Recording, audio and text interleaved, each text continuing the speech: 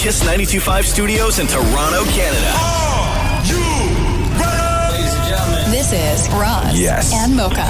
It's Roz and Mocha. What's going on? Hey, I'm Shawn Mendes. This is Selena Gomez. Drizzy Drake. Taylor Swift. Post Malone. Camila Cabello. This is Ed Sheeran. You're listening to my boys Roz and Mocha. Right here. Turn up. My boys Roz and Mocha. The Roz and Mocha Show. I can feel Between Roz and Mocha, who is your favorite? Roz. Mocha. I just Mocha. You guys are so funny, man. $20,000. Are you seeing that? Are you seeing that? This is the Roz and Mocha Show podcast. They did a list of how long it will take you to binge watch certain television shows. Oh, okay. Hit me. Okay, so they Like start, new shows or like just popular just in general? popular shows from over the years. Okay. And they go from the reasonable to the ridiculous. Ooh, okay. Do ridiculous first. No, so we'll do reasonable first. Just let me do my thing, Maury. Stop interrupting the man. So if you were to watch, and I think that I'm trying to figure out how this math works. Is this like if you just don't stop watching? Correct. So if you sat down to watch Friends Yeah. and didn't That's a lot stop of watching, episodes. yeah, it's 121 hours. So that's going to take you 5 days, 1 hour to watch all of Friends. But that's every, like, If for it's a just back to continuous back. 24-hour run. For Which continuous nobody would ever watching. do. Nobody would ever do. But if you wanted to, it would take you 5 full days And plus risk your 1 health. hour. Sure. Yes, to watch Friends. What? Breaking Bad, you can do in 2 days, 14 hours. I think Shem did that. 2 days? 2 full days. Yeah, 62 hours.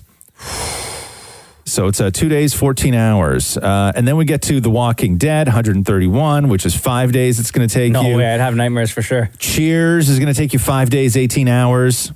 Boring. Big Bang Theory is going to take you 5 days, 19 hours. Boring. Gilmore Girls, which Roxy's doing right now. Yeah. She's loving Gilmore Girls. Did they bring that show back? They did, right? They Or brought it back for like one quick thing, I think. Oh, I'm not okay. 100% sure, but Roxy's doing Gilmore Girls right now. 6 days, 9 hours for Gilmore Girls. Wow. Yeah, but like, why don't they do this? Why don't they make this list in a way,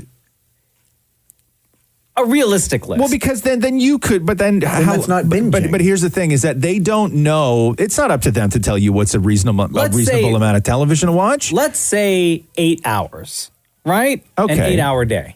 Okay. Like, why don't they do that? Okay. Well, then hold on here. What the hell? No, I'm not asking you to go back and do the math. You are. No, I said they. Well, I'm they. I'm doing this. So now you're asking me. I'm the they. Sorry. Okay, so Maury, do this math for me. Okay. We're scrambling for a bit. You look so confused right now. Okay, Maury. No, Yeah. just tell. It's okay. No, Just no, go no, through. no. I want to go through the rest of the list. Okay. The Simpsons, 13 days, 22 hours is what it'll take you. Grey's Anatomy, 14 days. Can a person like actually stay awake for 2 straight weeks? No, No, right? cannot. You die. No. Yes, you would. So you don't know how the series is going to end. NCIS, 15 days, 19 hours. Holy. Oh, my God. Law and Order Special Victims Unit. This is the one I've been waiting for. Okay. How long has Law and Order Law and been Order's on been around for like, Okay. what is it, like 20 It's seasons? 460 hours of television. What? So 19 days, 4 hours. Dude, that's almost a month. Okay, then we get into Days of Our Lives. Oh, that show is still on, isn't it? Okay, if you were to sit and binge Days of Our Lives, it would take you 470 days. Oh my, you're dead Oh for my sure. God. You're dead for sure. If you were to sit and binge General Hospital, it would take you 474 days. Oh my God. Plus 22 hours. Jeez. So what did you want to know if you did 8 hours a day? Yeah. Okay, hold on here. Maury, how do you do this math? Maury, if you wanted to watch The Wire, right, which is 60 hours, what are you doing? I'm going to grab a piece of paper. Well, that's my paper. Well, So it's 60 hours. 60 hours. Okay. Here we go. And you have... And now keeping in mind there's 24 hours in a day. Yeah, we'll keep that in mind. Of course. So 24 hours a day. Now, the question is, how long would it take you to watch 60 hours of television if you were only permitted to watch 8 hours of television a day? Okay. 8 and 8 is 16. Right. 16 Oh no. and 8. 17, 18, 19, 20, 21. Oh, God, we're gonna be here forever. 24 hours. What was the question? Okay. If The Wire has 60 hours of television. Yeah. And you are only permitted to watch 8 hours of television a day. Yeah. How long would it take you to watch all 60 hours of The Wire? Because if you watched it continuously, it's 2 days, 12 hours. That's 60 hours. But if you're only permitted to watch The Wire for 8 hours a day, how long would it take you to watch The Wire? 60 hours of television. 49, 50. Say it again. 3, 4, 5, 6. Yeah.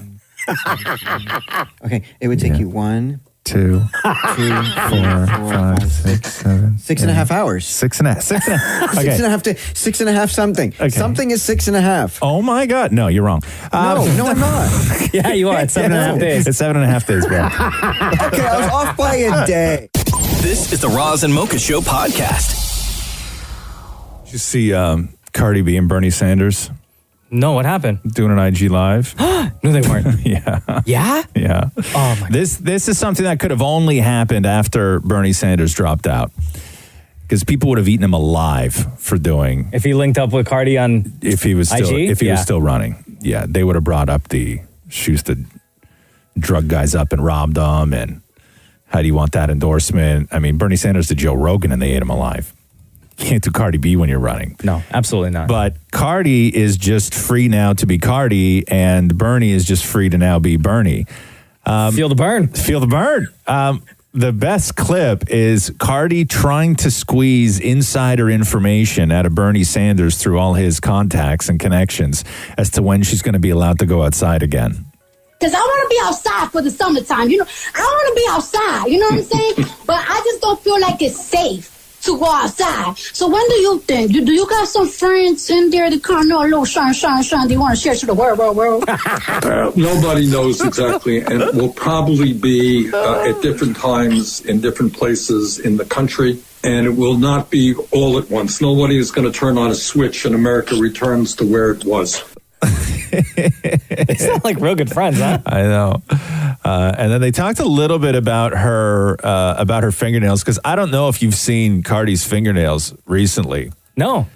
They stick off her hand about 3 inches. Yeah. Like full. So she doing it herself, or you think she's sneaking people into the crib? Please. To help her out. Her nails stick off her finger about this much. Yeah, sneaking people in. Right? Like she opened a mango with her fingernail. No, she didn't. Yes, she did. You go, Cardi B. People, we got Uncle Bernie in my life. Uncle Bernie, how you doing? I'm good, Cardi. I want you to take a look at my nails. How are they looking? They're looking very quarantine. I could tell you've been on quarantine for a while now with your nails, but you know what? It's okay. And then so 3 hours ago, Cardi tweeted, because people kept screen grabbing the shot of her opening a mango with her giant fingernail. And she wrote, "I can do it all, baby. Ugh, just want people to stop asking me how I wipe my butt." This is the Roz and Mocha Show podcast. Story time. Damn it, Maury being stuck at home, been making cold calls lately. Because we can't go out on the streets and interact with people. No. Outside of the show. So he sits at home and he just thinks of phone numbers in his head and he just calls people and talks to them the way that he would if he had just met them on the street. And yesterday he did QuaranTALES, which is Maury would give people, strangers on the phone, he would give them like 1 or 2 lines from some made up story. And then the people on the phone would have to continue the story. And then the next person he called would have to continue the story, and so on and so forth until the entire story wraps up. Strangers who have no idea what's going on, brilliantly creating these QuaranTALES. Hello. Hi, it's Damn It Maury from the Roz and Mocha Show. How are you? I'm good, but I'm working right now, like everyone. I'm working at home. No worries. Very, very easy. I'm bringing the city together. We're creating a new story, Roz and Mocha's QuaranTALES, and I want you to come up with the next couple of lines. Do you have a minute? Well, I will in a couple minutes if you can call me back. Hello? Hi, this is Maury from the Roz and Mocha Show. How are you? I'm good. How are you? I'm good. I'm randomly calling numbers on the phone and calling people to play a round of QuaranTALES. We're going to create a story. The city is going to come together with a brand new story today, and everybody I phone is going to add a line to the story, and we're going to begin with you. Normally, Sally would call her side piece on the way to the office, but today she's driving her husband to work. Turns out her husband works at the city morgue. All of a sudden, she sees the side piece being wheeled in on a gurney. Hello. Okay, hi. Is now an okay time? Yeah, we can do it now. Okay, perfect. This is Roz and Mocha's QuaranTALES. The next couple of lines are yours. Go ahead. Although she feels like screaming and crying, Sally desperately musters the strength to show no emotion in front of her spouse. But as she glances at her husband, she notices him watching the gurney with great interest. Could that be a smile on her husband's face? Sally tried hard to make sure there was no emotion in her voice when she asked, "Did you know that guy, honey? How'd he die?" Her husband turned to her and exclaimed, "No, of course not. Why wouldn't I know him? Karen. That's your real name, isn't it?" Karen froze as she'd been so careful covering her tracks. How could he have possibly discovered her secret? Her husband had been part of her escape. How could anyone understand her past? Life in the circus is a strange thing. Oh! People were ready to play. Wow, that may be. Sally normally calls her side piece on the way to work, but today she was driving her husband to his job at the morgue. Oh, man. Like, I will 100%. Right? The city came out to play. I love it. Congratulations. This is the Roz and Mocha Show podcast. Tiger King, it's still in our lives. It is. And we're about to talk to Dillon Passage. Dillon Passage, Joe Exotic's current husband. He was the guy that Joe married near the end of Tiger King. Still married to him. But where is Joe now? Is he still in isolation in the prison because of coronavirus? Has he even seen Tiger King yet? Yo, Dillon Passage, what's up, man? It's Roz and Mocha. How are you? What's going on? I'm good. So where's Joe right now? Because the last that I heard anything was that he was in some sort of isolation in the prison because of COVID-19. Did he get COVID-19 or was that a false story? No, so he's in Fort Worth, Texas right now. But no, he does not have COVID-19. They got the test results back. And no, he's healthy. It was just a precautionary measure since at the facility he was at, right. There was multiple cases. How often do you talk to him, Dillon? I've only been able to speak to him twice in the past 2.5 weeks, but when he was in Grady County in Oklahoma, we spoke like almost 5 times a day. Oh, okay. So how does your husband, Joe Exotic, feel about Tiger King on Netflix? He absolutely loves the attention. He's gotten a lot of really good feedback. Like when the show dropped, he got a lot of emails and letters mailed to him. Mm-hmm. So, I mean, he knows that people are on his side and they're rooting for him. He hasn't seen it, though, right? No, he has not. Have you seen it? Yeah, I've seen it. And what do you think? I mean, I like it. I think the producers did really well in their portrayal of everyone. They stayed true to the story as, much as possible with the information that they had. How much do you tell Joe when you do talk to him? Because there have been some stories that have come out since the documentary aired. Some stories that say that he is undeniably racist, that he was cruel to the animals. In episode 8, they talked about him when he killed a horse that somebody dropped off. Like, how much of the sort of reaction now are you passing on to Joe? So since episode 8, he hasn't really, heard anything about it since he's still in isolation. Right. I've talked to him a little bit about like the show and stuff and told him about all the memes. He really thinks they're funny. He's like the guards have even shown them to him and, he gets a kick out of them. What about some of the things that former employees have said about him on the docuseries that he may not have had said to his face? Like, have you told him, like, in great detail, things that were said in the show? I know that other people have told him things that were said. I don't really care to get into the negative stuff. I mean, it's not any way to cheer him up. He's already in a pretty bad place. But, everyone who worked on the park, they weren't necessarily the best of character. Yeah. They were all people who were convicts and felons that Joe wanted to help out and gave them jobs when nobody would. And, you know, the comment about, you know, him shooting a horse, that's kind of ironic because the sheriff would come and bring, you know, sick horses, and that's the only time, you know, and have Joe like euthanize them. So what did you think of episode 8? Because it seemed like a lot of people had gone through this, you know, process, and there's a lot of people that don't have a lot of nice things to say about Joe. How much of episode 8 did you agree with, and how much did you disagree with? Did you want to be able to say something? You know, I didn't really care to be a part of episode 8. Yeah. I mean, all they used was auxiliary characters, people who really weren't too important to the storyline. And it wasn't produced by the same people who produced the first 7 episodes. Were you asked to be in it? Netflix confronted me about Joe being in it, and, you know, I denied it just because, you know, first off, he's not going to be able to do an interview where he is. I've only been able to speak to him twice in the past 2.5 weeks, so he's not going to really waste his phone calls on that. What did you think about Donald Trump being asked if he would pardon Joe Exotic? I mean, I thought it was pretty cool, you know, that somebody would take the time to ask that in the middle of like a conference. Yeah. And I know Joe was super excited when he heard that, you know, Trump even said his name. You guys have to be playing it because Joe is in for 22 years, right? And how old is he now? He's 57. He's 57. So what is the plan with you, Dillon, as his partner? Like, are you guys have you come to terms with the fact that this may be your relationship until the end? Or are you guys planning on spending time outside of prison and that he will be, I guess, early released or exonerated? Or like, what's your plan with Joe? You know, I'm not going to leave his side. He really needs me for emotional support. And, you know, I don't mind being here. I actually would much rather be the one who can talk to him and keep his mind right and head on his shoulders, because I mean he's in a really tough situation. His whole life has kind of been ripped away from him and his reputation tarnished.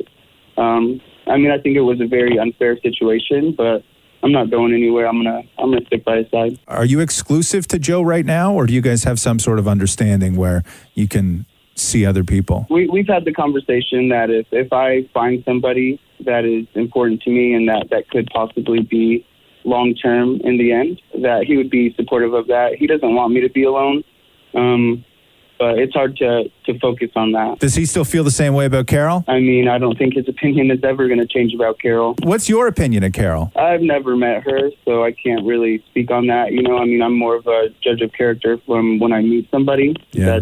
That's more important than, you know, judging someone on things that I've just heard.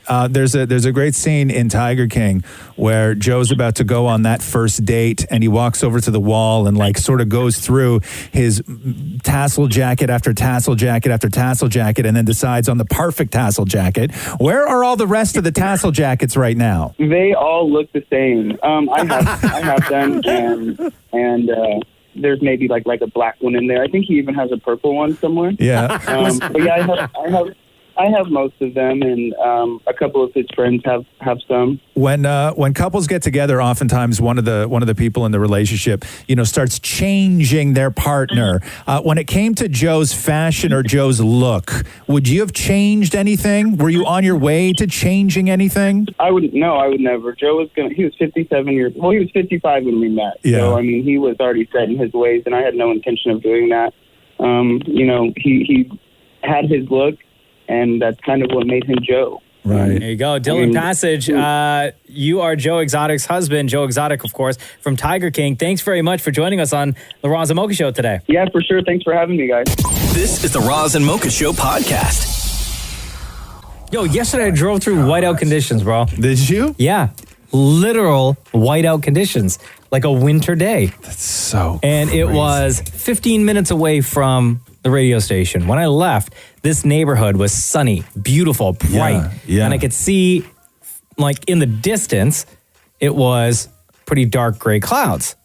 And you drove into it. And I drove right into it, and it was God. whiteout conditions for about 5 minutes. Once I got off the highway, it was beautiful, sunny again. By the time I got home, it started snowing again. And throughout the entire day, it was like sunny, and then flurries, and then sunny, and then flurries, and then sunny, and then flurries. It was the weirdest day, It's man. interesting because you live north of the city, right? Yeah. And I live very, very south. And it's almost like you live in a different weather system sometimes because you'll post a picture on IG and you'll be like, look what's doing out my window. And I look out my window and I'm like, oh my God, it looks like June. Yeah. You know, like it's crazy. Doesn't feel like that, though. Yeah. I had to pull out the blankets yesterday that we put It got away. cold, huh? Yeah, it's unbelievable. Is this the blankets because you're sleeping on the couch? I had to have 3 blankets on me. 3 blankets. How thin are your 'cause blankets? Nobody makes couch throws long enough to cover parchment paper. Because they don't make them long enough to cover your upper and your lower. So you need one blanket for your feet and another blanket for your top Wait, portions. stop. Did you say they don't make blankets that cover your upper and lower part of your body? The throws for your couch? No, they're not long enough. Well, why don't you use like a regular bed sheet? Hey, it's not a bad idea. So what are you using? You're using the couch? How big are the couch throws? Just like towel size? Yeah, they're like, Why do you even have those in the house? They're useless. Couch throws? Yeah. What are they 'cause for? one of them says Days of Our Lives. Like, they're ones that get sent. But what are they for? What's like their purpose? Well, because if you're lying on the couch watching like a Netflix show or something, you want to cuddle Like up you under just a put it throw. on, like you put it on your lap kind of thing? Yeah, to keep your legs Like warm. my aunt? Exactly. Well, sit on the couch watching TV and just put like the little blanket over your knees. Yeah. Exactly. Yeah. Super weird, right? So that's what you have to sleep under all night. Yes. But you guys have bed sheets, right? Yes, we do. And that was a brilliant idea. But Thank you. See, bed sheets are a risk, though. When you're sleeping on the couch and it gets cold, here's why a bed sheet is a risk. Because if it's just a sheet and you don't have a blanket on top of you, sometimes a bed sheet, you can wake up and the bed sheet will be freezing. Sure. Right? Like you need something on top of a bed sheet. I can't Like sleep thicker. with... Yeah, I can't sleep. Even in a bed, I can't sleep with just a sheet. What about a comforter? Oh, we have 2. One, yeah, I guess I could. One's... Don't tell us Matthew is using both of they're them. themed. Our comforters are themed. There's like a winter-themed comforter that's more of a tartan. Right. Okay, I sound like an idiot. But yeah, they're themed. The theme... So what, are you not allowed to use the themed comforter? Oh, he'd while get you quite sleep upset on if the I couch? took out the Christmas-themed comforter and used it in April. Right. So you're going to freeze that. Well, no, I have my upper and lower throws. Right. This is the Roz and Mocha Show podcast. I'm finding new pains in quarantine now. Like what kind of pain? I don't do as much walking as I normally do. Yeah. Right, like all day long, I'm just walking around at the TV station, and it's like a big place. Like I'm walking and walking and walking. I'm putting in my steps. Stuck in isolation. Yeah, I go from the toilet to the chair. Max. Why don't you wheel the desk in there and just sit on the toilet? I've been spending so much, you know me, because normally I just spend so much time on the toilet, right? Because I just go in there and do nothing. Just to hang. Just to hang. I love it. It's so relaxing to me. That's your fortress of solitude. Yes. And then when my left leg goes to sleep, I put it up on the counter. And then I wait for it to come. Rest, and then I wait for it to come back to life. And then I put it back down. And then I put the right one up. Yeah. But I've been spending so much time in there lately because I have so much time. Like if I have normally during the day, I don't have that kind of time where I can do my, where I can hit the fortress of solitude. But sometimes I'm in there like 4, 5, 6 times a day now. Would anyone notice if you had like the laptop in front of you and you did your Instagrams from there? Yeah, because it's clearly a bathroom. Oh, okay. Yeah, but like Rox came in the other day and asked me a question. Didn't even question why I was in there. There was no like. It's not even. Yeah, like but your family probably like super used to it right now. Like they don't. It's not even like what are you doing in here anymore? It's nothing. It's like she just. It's came as in. if you were sitting on the couch. Yeah, it is. It's like there's no difference. The conversations. There's no. Catherine will come in, put curlers in her hair, and honestly, not even notice that I'm there until I slap her in the ass. Right? You know what I mean? But like it's like I'm furniture at that point, right? Like they completely ignore me. Was this passed down? Like, did your dad do this and you learned from him? Yeah, my dad was one of the world's greatest toilet sitters. Now that you bring it up, This is the Roz and Mocha Show podcast. The new emojis that are supposed to drop this year are going to be delayed a little bit. They're still coming out this year. Okay. What were some of the new emojis? Do you know? Because I know that you're always super hype about new emojis. A ninja, trans flag, people feeding a baby, bubble tea, a lot of gender inclusive designs. Excuse me, a ninja. A ninja. Now they were working on even newer emojis, which they haven't released the list of what they're working on. How is emoji releasing affected by coronavirus? That's my question. I don't know because they're just being designed on computers, right? But the new ones, so for this year, they're still being released, okay? A little bit later. The ones that they were working on for 2021 have been pushed back to 2022. And again, they haven't released the list of what it is exactly they're working on. This is the Roz and Mocha Show podcast. Hi, Roz and Mocha. How are you this morning? Good. How are you? Good. I was wondering if you could send out a birthday shout-out. Oh, okay, to who? To myself. Oh. What's your name? Dina. Dina, happy birthday, girl. Thank you so much. I just wanted to call to let you guys know that I'm a frontline worker, and every day I have to go in, but I love listening to you guys, and I can't thank you guys so much for what you guys do, too. Aw, thank you. How old are you today? Early 40s. Nice. Okay. Don't be embarrassed. And what do you do? I work for one of the financial institutions. Like a bank? You work for a bank? Absolutely. Yes. Okay, yeah. We talked to a guy who worked for a bank earlier this week, too. Yeah. All that dirty money you guys got to keep touching? So do you have to wear, gloves? Are you wearing a mask? What's that? What's your experience like? So what we have is we have these things called their sneeze guards. Yeah. So they protect us at the front end when clients are coming in, and we do have gloves, and we do also have the mask, and we have tons of hand sanitizer and Lysol wipes. So, after each client, we get to wipe down everything on a regular. Oh, man. How much extra time do you think that you're spending on, that you normally wouldn't, pre-COVID, that you're spending, cleaning up your workstation? It's quite regular. I would say every 5 to 10 minutes. Oh, man, that's crazy. It's pretty often. Do you still have people coming in with stacks of cash that need to deposit it? And if so, do you wonder in a time like this where they're getting all that cash from? So we actually have a lot of requests for large cash withdrawals. I don't know. I think people think the end of the world is coming. I don't know. But no, I mean trying to deposit cash. Not so much deposits. No. But withdrawals, they want larger sums of cash. I don't know why, but They want to keep it at home in case everything collapses. Yeah, but what good is it going to do in the mattress, though? Your mattress is going to get higher. That's about it. It's going to be more comfortable for you. That's about it. Hide behind the drywall. What are you doing to celebrate your birthday? I guess nothing. So Stay home. Pretty much. I was actually supposed to be taking a trip next week with my two sisters and my sister-in-law. We were actually supposed to be going to Jamaica. Yeah. So that's not happening.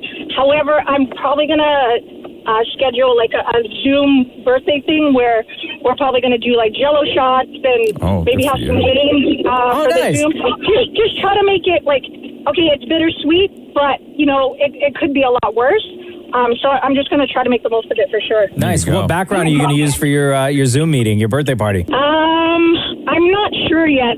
I'm just trying to pick and choose something. I would like to do a disco thing, a disco kind of theme, but we'll see. Can I give you selfishly, can I give you a suggestion? Absolutely. Okay, so the Roz and Mocha Show, we have our own Zoom backgrounds. And you have 3 options. You can either sit where I sit, you can sit where Roz sits, or you can sit where Dammit Maury sits. Okay. So I think it would be fun if you and your 2 sisters were to each select one of those seats and do your Zoom birthday party that way. That's awesome. Those pictures are on our Twitter account. We'll retweet it again at Kiss925, but do that and celebrate your birthday with us. That's awesome. I appreciate that. Thank you guys so much. I love you guys. All right, we love you right back. Happy birthday between Roz and Mocha. Who's your favorite, Dina? Roz. Yes. Mocha, you know I love you. You have that infectious laugh. You have it. I love you guys both, but it's got to come down to one person. It's going to be Roz. I like that. I'll take it. Happy birthday, Dina. We love you lots. Awesome. Thanks. This is the Roz and Mocha Show podcast. Diddy out there looking like Uncle Phil all weekend. Oh, man. I know. I don't like seeing my Diddy like that. Holy. Who did he get that in him? I do not like seeing Diddy like that. I think he looked great, but he did look a little like Uncle Phil. Yeah. Sean Love Combs, by the way. Yes. That's his name this year. And he was talking to Drake. I think he called Drake one of the top 5 rappers of all time. Ooh, wow. And he was this talking after they had all their beef, remember? Yeah, I know. Stupid. And then they were talking about Drake's new album and Drake talking about being quarantined and how this is he's just poured himself into his music. working on the album. I've been working on it for a while now. And like I said, you know, another silver lining is, you know, when God does get you to sit down. I remember the last time I had to sit down was when I tore my ACL. And I made a great album out of that. And obviously, you know, God has us all inside the house right now sitting down. So, you know, the amount of focus that I'm able to put into this album is probably way different than it would have been, you know, if I would have had to go do the residency in Vegas. And, you know, saying all that to say that definitely this is the most excited I've been about an album in a long time. And yeah, you know, a lot of little stuff has been trickling out, but you know, all the stuff on the album is fresh, it's brand new, and I'm excited. This is probably the most music I've ever been sitting on, and yeah, I'm hyped. Well, we know you coming with it. We know you coming with it. The world needs it. Oh man, I cannot wait for this album. And then J-Lo was talking to Diddy as well, where she was, I guess A-Rod is a huge Diddy fan. Oh yeah? Yeah. I'm a big fan of your ex, J-Lo. Can you tell him? This guy right here is your biggest fan from the bad boy era. You and Mace are his heroes. Okay? It's like every party we do, anything we do is like, put on Puffy and Mace. Put on Puffy and Mace. So you're going to have to do one of those joints. Yeah. Okay, so what song you want to hear, A-Rod? No Money, No Problem? Anything with Mace in it. No, you know what we should do? We should do the Been Around the World remix. You know, yeah. That's only true. I appreciate the love, A-Rod. You know what I'm saying? Oh, man. Let's rock. New York. Turn me up a little bit, kid. Isn't that crazy what people are doing right now? Yeah, I love it, man. It's so entertaining. We like it. Yeah, kid. All of so good. Yeah, I know. You bring that up though. It's like when your current is like idolizing your ex, huh? Yeah. It's weird. Call him now. Get him on the phone. Come on. I really want to get him on the phone. No, it was kind of weird. It was awkward. The split up was so cool. Yeah, please just tell him I'm like a really big fan, please. This is the Roz and Mocha Show podcast. Hey, are they doing a Home Alone reboot? Is that what I'm reading here? Oh my God, they better not be. Yeah, with Disney Plus. No, they're not. Are they really? Is it a show or is it a movie? Dumb idea. It's a There aren't any specifics on the on this because the story is not so much that they're doing a Home Alone reboot, but apparently they threw a ton of money at Macaulay Culkin to do a cameo in it. Oh, okay. So that's a big story. No offense to him, but I don't feel that you could probably go with less than a ton of money. He's doing all kinds of things now for a lot less. Yeah, I don't know how reliable this is. I've only seen it from like one place, but the report was that it was around $3 million. Yeah, but you can't do Home Alone now. You can't even do a reboot because what you have now that you didn't have in those original movies is the internet and a cell phone. Which he did in a remake for a commercial. Right. But do we need that though? We don't. Like Home Alone is so sacred. Yeah. That there's very few movies that I would say you just can't touch, even for a new generation, because the movies hold up for the new generation.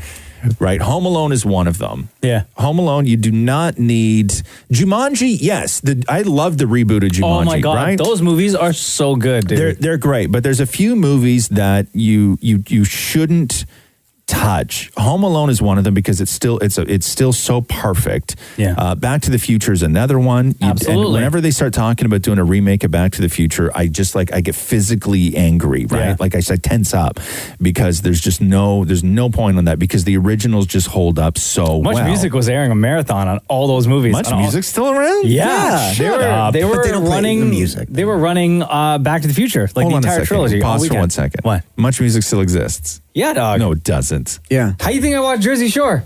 Hold on here. In what capacity? What does it look like when you turn on Much Music? It's just all reality television. But movies. Don't they just call it Much now? I don't know. Yeah. I don't work there. But like, what do they run? Reality shows and movies. Really? Yeah. But like anything else? Like it's just like a regular channel now? That's why they Yeah, dropped. totally. That's why they dropped the music from the name. Oh, right. I got I'm just used to calling it Much Music, so I'm going to call it Much Music. No, I'm just giving you the facts. What are you going to do, sue me? I had no idea they still existed. Yeah, dog. Yeah. Really, huh? Yeah, man. I had no idea. I honestly thought that Much Music went away years ago. The music part did. No, but just the whole channel. Like I just thought it was swallowed up into something else now. No, because like when they used to do the award show, that's where it would air. Yeah, but when's the last time they did the awards show? 2 years ago. Yeah. No, they skipped a year. Did they really? Yeah, they skipped a year. Yeah. Well, Shows how much I watch the channel. Yeah. See? Yeah. You know what? I watch the channel on Thursday nights for Jersey Shore. Yeah. And then over the weekend for Back to the Future. Really? How do you even know what's on Much Music? You scroll, right? You just scroll around. Scroll? Who scrolls? Nobody scrolls. No, somebody told me. I think it was like my sister-in-law, I think, texted me and was like, hey, Back to the Future's on. Yeah. I'm never even in the neighborhood of where Much Music would be when I'm scrolling through stuff. And then on the weekend, all long weekend, Showcase Music was playing the entire Star Wars. Really, huh? All the movies, yeah. Yeah, see, I know Showcase still exists, but I because I'm not even, when I flip around, right, I don't go down to where... I go to specific channels. I'll go to 52, 44, HGTV. Here's what I do. I go to 500, and then I just go up from there. Oh, wow, you're fancy. I don't have that many. Because that's just where all the HG channels are. Sure. So I just go 500, and then that's all I need. And then if I want, like, movies and stuff, I go 300, and then I go up from there. I haven't hit, like... Anything from like 3 onwards? I haven't hit on my phone like 015 in 10 years. Oh, that's all because that's what I'm used to. Really? I start 003 and go back. Oh, you know what's hilarious? What's that? Every single day at 7:30, you, sir, are on channel 03. This is the Roz and Mocha Show podcast. What's up, Deborah? Hey, how are you? Good. How are you today? I'm okay. Okay, so Deborah, you wrote us this. Hey, Roz and Mocha, fix my life. I have a friend who I've known all my life. We lost contact in our early 20s and 9 years ago rekindled the friendship. I'm struggling because she shows no interest in me personally. I feel we should be closer than we are because of family history help. So why did you guys sort of distance yourselves all those years ago? Well, we kind of grew up together. We were born in the same hospital a couple weeks apart, and our families are friends. They still are today, but I think around, our late teens, early 20s. Well, I got married at 21, and then we just kind of went our separate ways. And then you rekindled the friendship when? About 9 years ago. And how have things been? Stressful. Okay, so in what way? What way has it been stressful? How did you guys reconnect? Like, I am assuming you moved away. No, we stayed in the same city.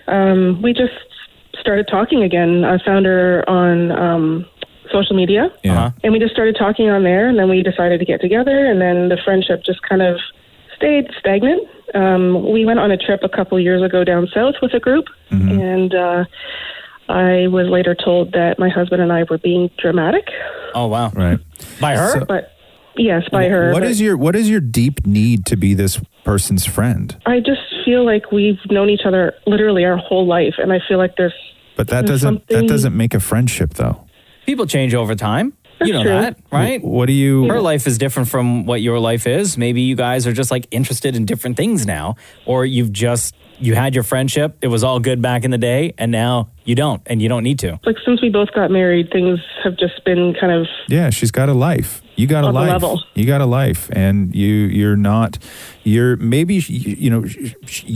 I'm guessing that you don't mean as much to her as she means to you, as terrible as that may sound. Yeah. And I don't think that she values sort of your friendship as much as you value her friendship. Are you the one that's always reaching out via social media or text or calling? Are you always the one that initiates the conversation? No, she does too. They're very social. They have lots of get-togethers and gatherings at their house. It's just not a close friendship. No. Yeah, she's just not that into you.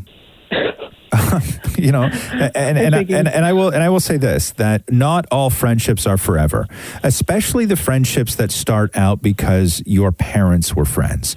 Then you guys are sort of like friends by proxy, where you kind of grew up together and you had this close bond when you were kids because there was a lot of like parents getting together and you spent a ton of time together, but you didn't choose each other. right? And your parents sort of put the two of you together, and they were real happy because when you guys were younger, it worked and you got along so well, and it meant that they get to hang out. But sometimes people just come into your life and they shake it up and they make it a little bit better, or they make it a little bit worse, and then they go on their way. And then other times people come into your life and they're with you forever. And this to me does not sound like somebody, even by design, who was going to be there forever. Just the fact that you guys went for so long without even speaking to each other before having to rekindle a friendship.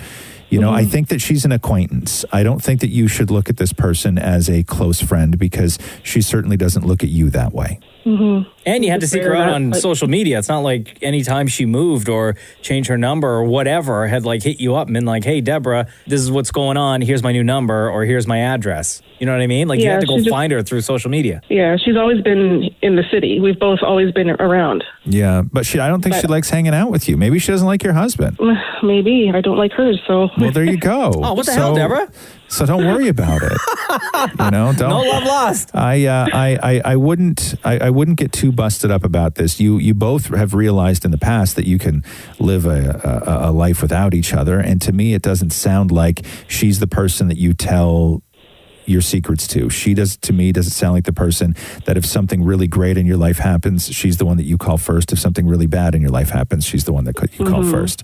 She's not that person for you. So don't stress over an acquaintance who, you know, has a life going on that you don't quite fit into. It happens. That's true. I don't have siblings, and we were just kind of put together, like you said. Yeah. So stop being so dramatic, Deborah. Damn. Thank you, Roz, so much. You make me feel so good. Hey, Deborah, between Roz and Mocha, who's your favorite? Roz, of course. Oh, wow. Damn. Really? Did you listen to everything he just said in FML? I have been listening to you guys for 9 years. I guess you and I aren't as close as I thought we were. No. How did you, Mocha, let me just ask you this, okay? Yeah. How did you not figure out that the individual who was called by a friend overly dramatic was not going to pick me first? It was a Hail Mary, to be honest. Right? I knew right away. Thanks, Deborah. We're the same. Thank you. Later. This is the Roz and Mocha Show podcast. Roz, we're heading out to Jacksonville, Florida to talk to Tommy Shapard. Tommy Shapard survived COVID-19, but the reason this is an incredible story is that it got to the point of where doctors came in and told him that he better call his family and start making videos for his friends because he was not going to survive. He made those videos. And here's one of them that he actually sent to a friend. Just wanted y'all to know y'all are great friends. Even texting far apart. Have fond memories of all three of you. And proud of all of you and all that you've done. Can't even imagine. Yeah, and then he recovered. He sent out the videos and he recovered. Tommy, what's going on, man? It's Roz and Mocha. How are you? Hey, good morning. How's it going up in Toronto? Doing good, doing good. How you feeling, bro? I am getting much better, feeling a little stronger. Of course, there's little tweaks in my body that I feel that throws a little, maybe PTSD back my way. So you're actually the first person that we've talked to that has, one, had COVID-19, but also recovered from it, is out. When you started feeling symptomatic, because every time we go anywhere now, you walk into a grocery store, you walk in anywhere, they just sort of, they ask you these very simple questions, right? Yeah. And we're used to hearing on the news what the symptoms are, which is, you know, shortness of breath. Fever is the big one. What were your symptoms, and did you have all of them? Okay, this is a great question. So now things are evolving where we understand that the symptoms are even greater, and the virus evolves into different people in different ways. So I didn't have a fever. I had a fever. I never had a fever at all during the whole time. And that made it difficult for me to get detected and tested with COVID. I went to 3 doctors, one my primary. Eventually my primary sent me to the hospital, to the ER. But my first time to go to the ER, they didn't admit me. They sent me home with mild pneumonia, cough syrup, and a decongestant. And that may have proved fatal for me, but luckily I came through on the other side of it. So I didn't have a fever. I had what first felt like sinusitis and bronchitis. That maybe within 3 days went into something that was quite brutal and fierce that I've never felt before in my lungs. So I had really bad respiratory issues. Early on, I had some aches and pains and chills, and then I did have this headache that was really unusual.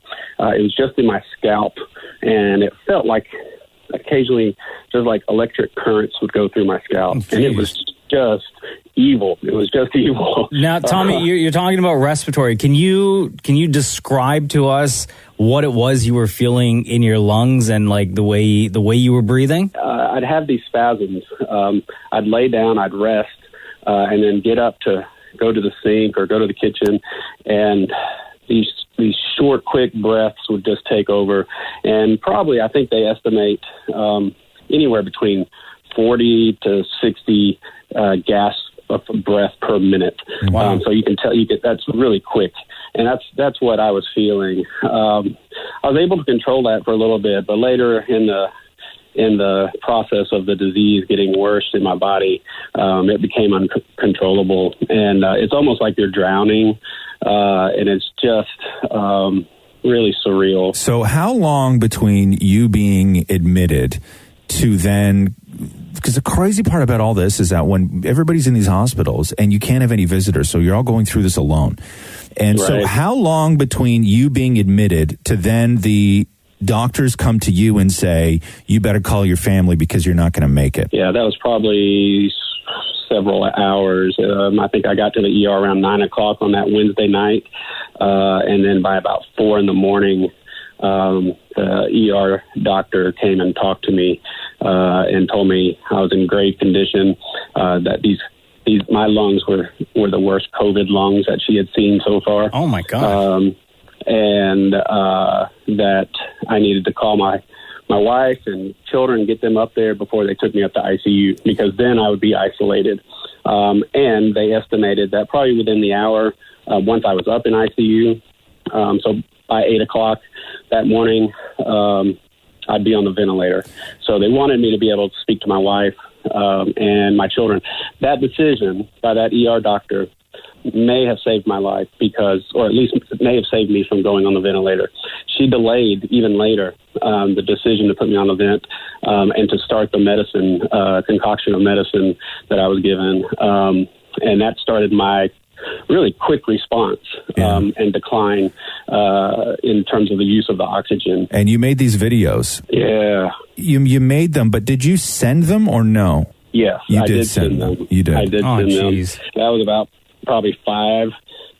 Some adrenaline kicked in because I was really paralyzed. It just shocked me. I thought I was going to get admitted and get some oxygen and get some medicine and some IV and thought, I'll be able to rest finally and get well. So at what point, Tommy, did things like get better, or did the doctors come in and say, actually, we can see that you are progressing in the way that we can get you out of here? So really by Friday night, overnight, it kind of dawned on me that, I'm not going to have to go on the vent. The medicine has been working. And so by Friday morning, about 8 in the morning, somebody came in and rolled the ventilator out of my room. And I just went, whew, and they took me off the oxygen overnight. And by 8 that morning, about 24 hours in ICU, the respiratory or the pulmonologist signed off on me and sent me down to the recovery wing. So everybody that got a video from you, did they also then get like one of those Tommy Shapard would like to recall the last email he sent? Like, that's great.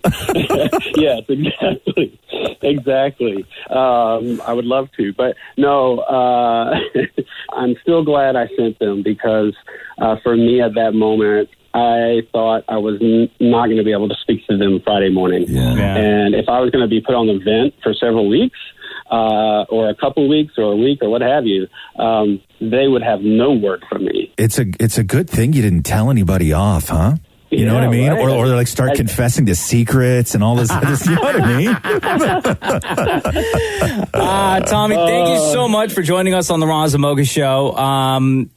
Before we let you go, there are still in our country, you still hear stories or you still see video of people who are out and about living their lives as if nothing is going on, as if COVID isn't impacting their lives whatsoever. Complete disregard for all the warnings that are out there. If there is like one message that you can give to everyone to hopefully get it through their heads that this is serious, that everyone needs to take it serious, social distance, wash your hands, stop touching your face, like what would that message be? So I would say that the infection somewhere is an infection everywhere. And to stay inside because you may or may not get sick, but you may infect someone else. And this is the only way we can defeat this and get everybody back to work and get everything opened back up. And the only way we're going to do that is create this human shield to the virus and crack this virus and move forward eventually until we get a vaccine. And it's critically important to stay inside and continue to protect your brothers and sisters. Tommy Shapard, thank you so much for joining us on the Roz and Mocha Show today, man. Enjoyed it. Thank you for the privilege. This is the Roz and Mocha Show podcast. Black China, we were talking about people who got in trouble. Tori Spelling got in trouble for charging fans $95 for a virtual meet and greet. She got roasted for it. Yeah. Roasted.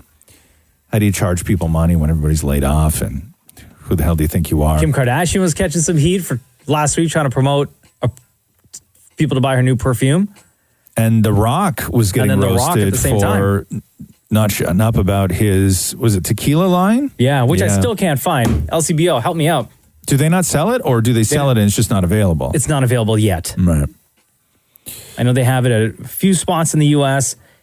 According to them, they're slowly rolling it out to Canada and Mexico. Black China's charging her fans $950 for a video chat on FaceTime. No. And this is my favorite way. This is my absolute favorite way. What is the least amount of work you can do? Yeah.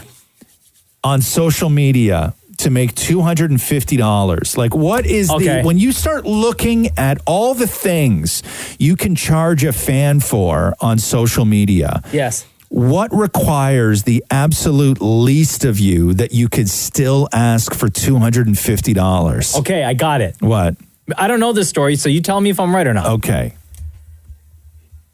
Black China will FaceTime with you for $250. Yep. But she will not say anything. No, less work than that. Less work. Way less work. Black China. So to just to clear this up here, okay? Video chats with Black China on FaceTime are $950. Okay? Which she has a payment plan for as well. Of course she does. Okay, so video chats, FaceTiming Black China is $950. Yeah. She has within her menu something that will cost you $250 that really is the least amount of work for her to do. No talking? Like, okay. Least amount, more than no talking? Yes, way less than no talking. Like you're FaceTiming a picture of Black China? Less work than that. Then she's got to upload a picture and do a whole thing. Well, you might as well tell me because I'm never going to get For $250, she'll follow you. Get out of here. Come on. I bet you there's a stipulation in there, though. Yeah. There has to be, for a minimum of 6 months or something. No, because you just follow her and you just follow them and hit mute. I played, and you never see their stuff. I paid Blair Underwood to follow me on. Who's Blair Underwood? He's an actor from Sex and the City and some other stuff. Oh. And I paid him once to follow me on on Twitter, and he still does. And that was 8 years ago. Why did you pay him? Because it was some sort of thing that Twitter was doing for charity or something, and you can look at the list of celebrities, and he was the cheapest one. So I'm like, okay, that's kind of cool. And then Blair Underwood would follow me. It was supposed to be only for a day, but Blair Underwood has never stopped following me. I know Blair Underwood. This guy. What's he look like? This guy, man. You know Blair Underwood? Oh, yeah. I know that guy. This guy. Yeah. I know that guy. He's a good dude. So how much did you pay to have Blair Underwood follow you? $80. So you do pay for followers then. You just admitted it. No, that's one. Blair Underwood. Right? You always go on and on and on about not paying for followers. Yeah, okay. So for $250, Maury, is that what you would pay to have Black China follow you? I'd pay $250 for somebody else. I don't care to have Black China follow me. For who? To maybe get a Zac Efron or a Shawn Mendes or something like that. That'd be kind of cool. Wow. But anyway, so I don't think you had this kind of option with Blair Underwood, but for Black China, as we said, there's even an option to split the costs into 4 payments. I would have to do that. 4 easy payments. This is the Roz and Mocha Show podcast. Yo, it's Roz and Mocha. How are you guys? Good, how are you? Good. I haven't listened to you guys in about 3 weeks. I've been working from home and I'm out to do groceries.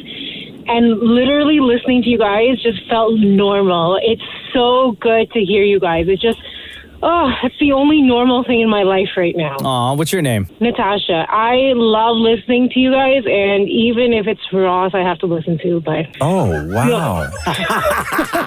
Even if it's just Ross? Even in a freaking global pandemic, huh?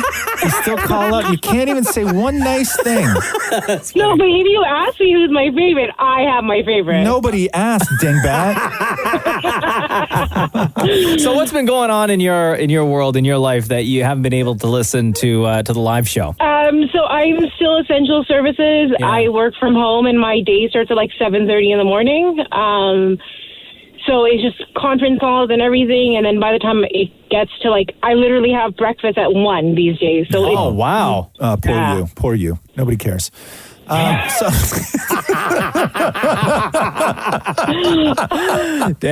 Have you been? I deserve that.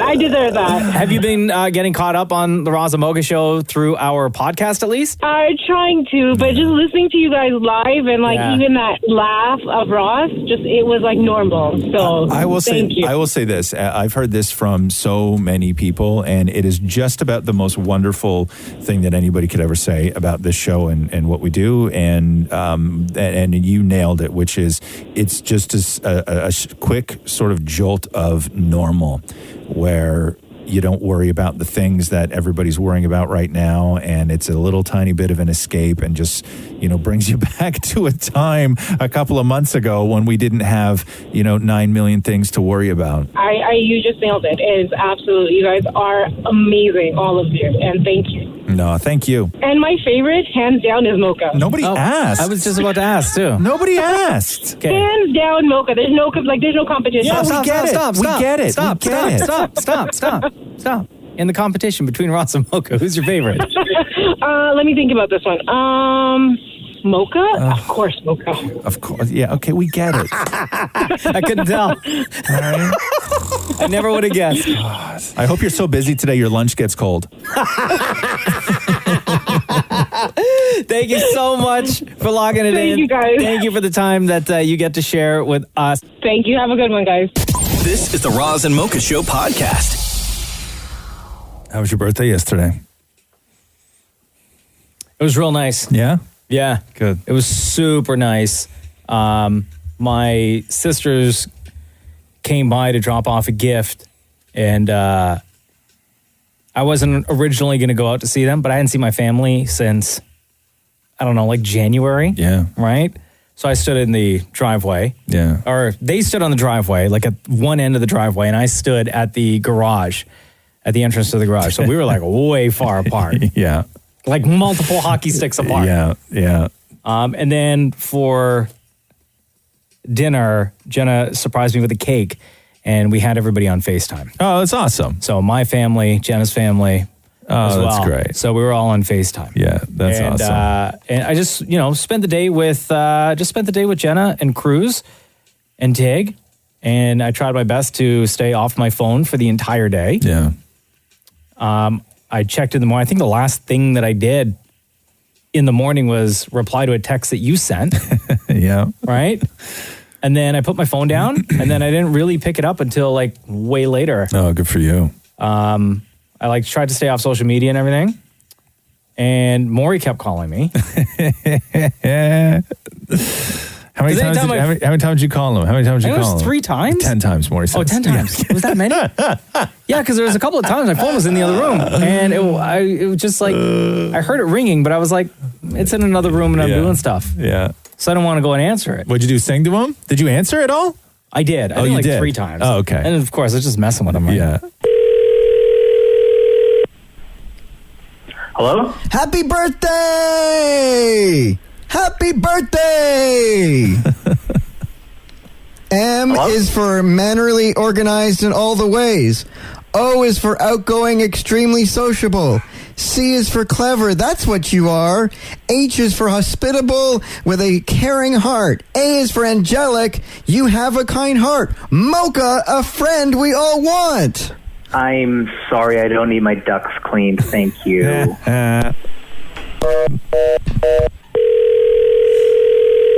Hello? Happy birthday, what are you doing now?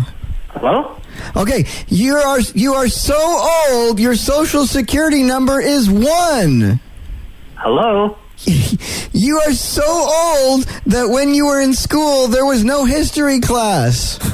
That's a bad connection. Hello? Is anybody there? Yeah, happy birthday. You are so old, your real name is Mochasaurus. Hello? You are so old, you used to babysit Yoda. I'm sorry, I think you have the wrong number. It's nobody. Hello? Happy birthday, good afternoon. What goes up but never comes down? Your age.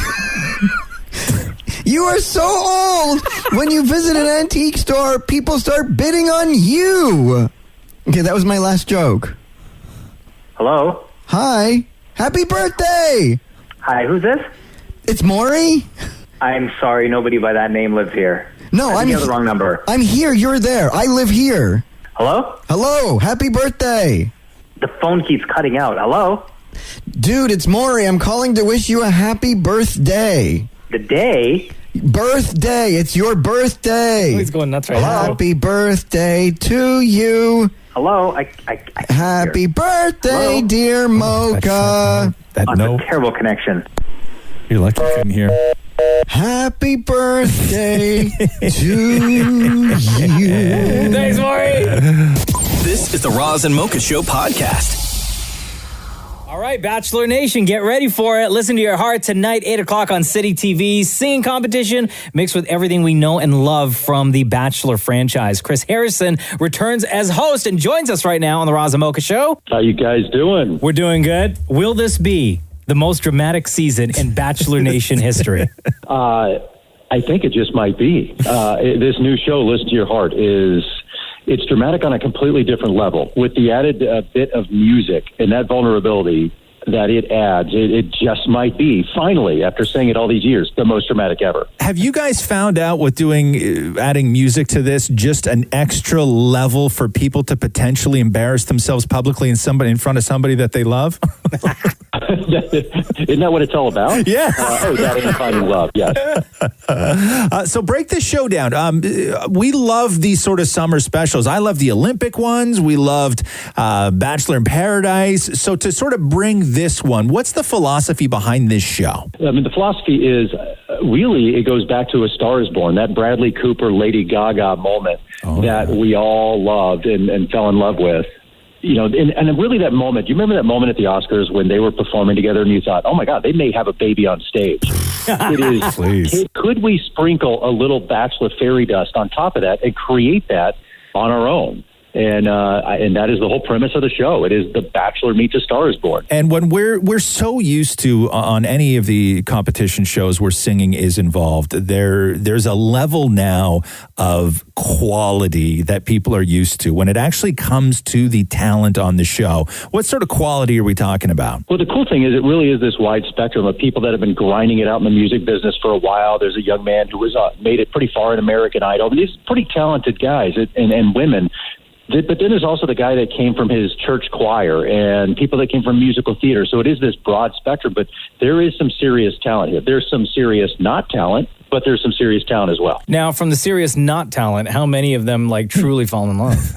Well, that is the point, that it really is about the relationships and about falling in love as well. It's not just about if you're looking for just a musical elimination performance competition show, that's not it. It really is more Bachelor in Paradise, less American Idol. the music is a part of it, but it really is about those relationships. We're used to the term "they're here for the wrong reasons" being thrown around a lot on these shows, where they just want to get a little bit of fame and start a blog or whatever. Did you get anybody who really did not care about the love and just went on there to launch their singing career? Where they sort of faked their way through it? I thought that's going to be a big problem, but the fact that everybody was there for a career, everybody is there to sing, and they do want that, it kind of took the onus off of the quote-unquote wrong reasons issue, because they are all there for other reasons as well. But everybody understood that, but they also want that relationship. So oddly, I thought it was going to be a bigger problem, but it's much less of a problem during this show as it is on The Bachelor and Bachelorette. And what's going on with The Bachelorette? Have you guys figured out when and how you're going to be able to shoot this? I mean, that really is the million-dollar question. We're waiting, in quarantine like everybody else, just waiting to get out and start producing The Bachelor and Bachelorette. It'll be The Bachelorette. I mean, it'll be Claire's season of The Bachelorette. Yeah. And as soon as we can get out safely, we'll start producing it, and then we'll get into shooting it. When that'll be, who knows? I mean, we just got the order a couple of days ago that in California we're locked in until May 15th. And so, it'll be mid to late May before we can even get back in the office and start producing this. What was your take when Donald Trump started comparing his ratings to your ratings? I'm not sure whether to be scared, flattered, I don't know. Yeah, between us and Monday Night Football, I got all these calls. And I'm like, what in the world? How did we get into this mess? I know, suddenly you guys get dragged into it. Yeah, I guess we should be flattered because, the ratings were phenomenal, and I expect the same tonight with Listen to Your Heart. That's right. Listen to Your Heart, 8 o'clock tonight. Chris Harrison, thank you so much for joining us on the Roz Mocha Show. I have to say, my favorite line from the promos that have been running is from the young lady that says, "How are you supposed to write a song about love when you're not even in love?" See, answer that for me. Just answer that for me. Chris Harrison, much love to you, brother. Stay safe. All right, guys. This is the Roz and Mocha Show podcast. Girl. Yo. They got a hit, man.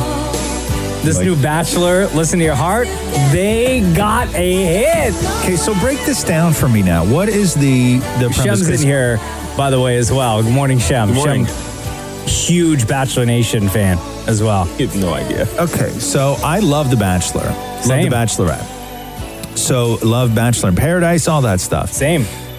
What is the premise of this show? How do they mix the sort of Bachelor world with the music? What is the point of walking into that mansion? What's the goal? Is it to hook up or is it to get a record deal? I think it's both. Agreed with Mocha. It's totally both. And it's just a different way of finding love, hitting those notes. And you know what I find? They cast the perfect group because it's a great mix of people who definitely want a record deal. Yeah. But also you can see which ones are there.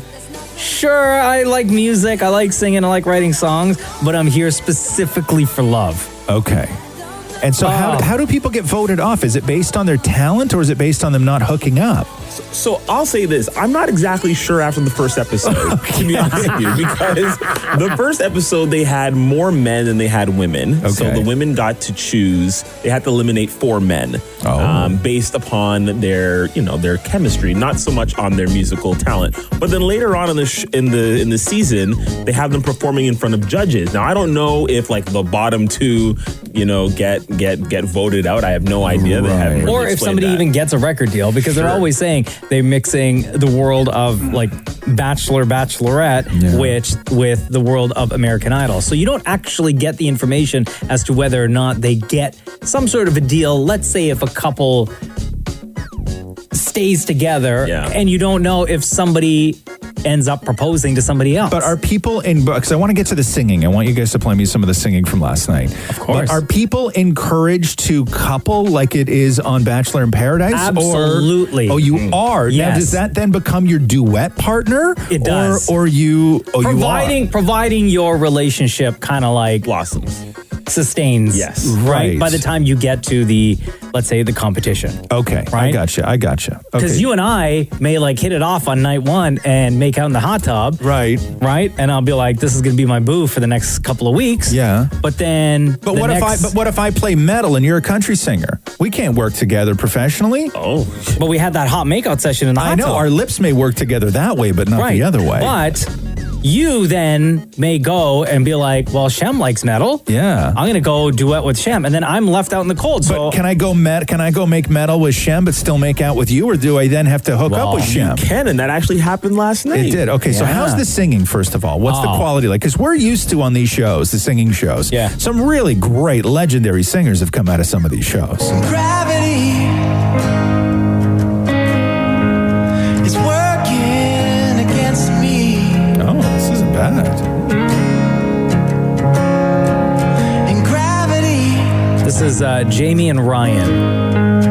A lot of focus was put on these two last night. I think it's really sexy watching Ryan sing, and I think it's just really sweet how he just tried to make me feel comfortable and was checking in. What makes this man? And the reason why a lot of focus was on them was because this Jamie girl was not only kissing Ryan, but she was also kissing some next dude. For her. Good for her. Right? And she Good wasn't the for only her. one. Yeah. Right?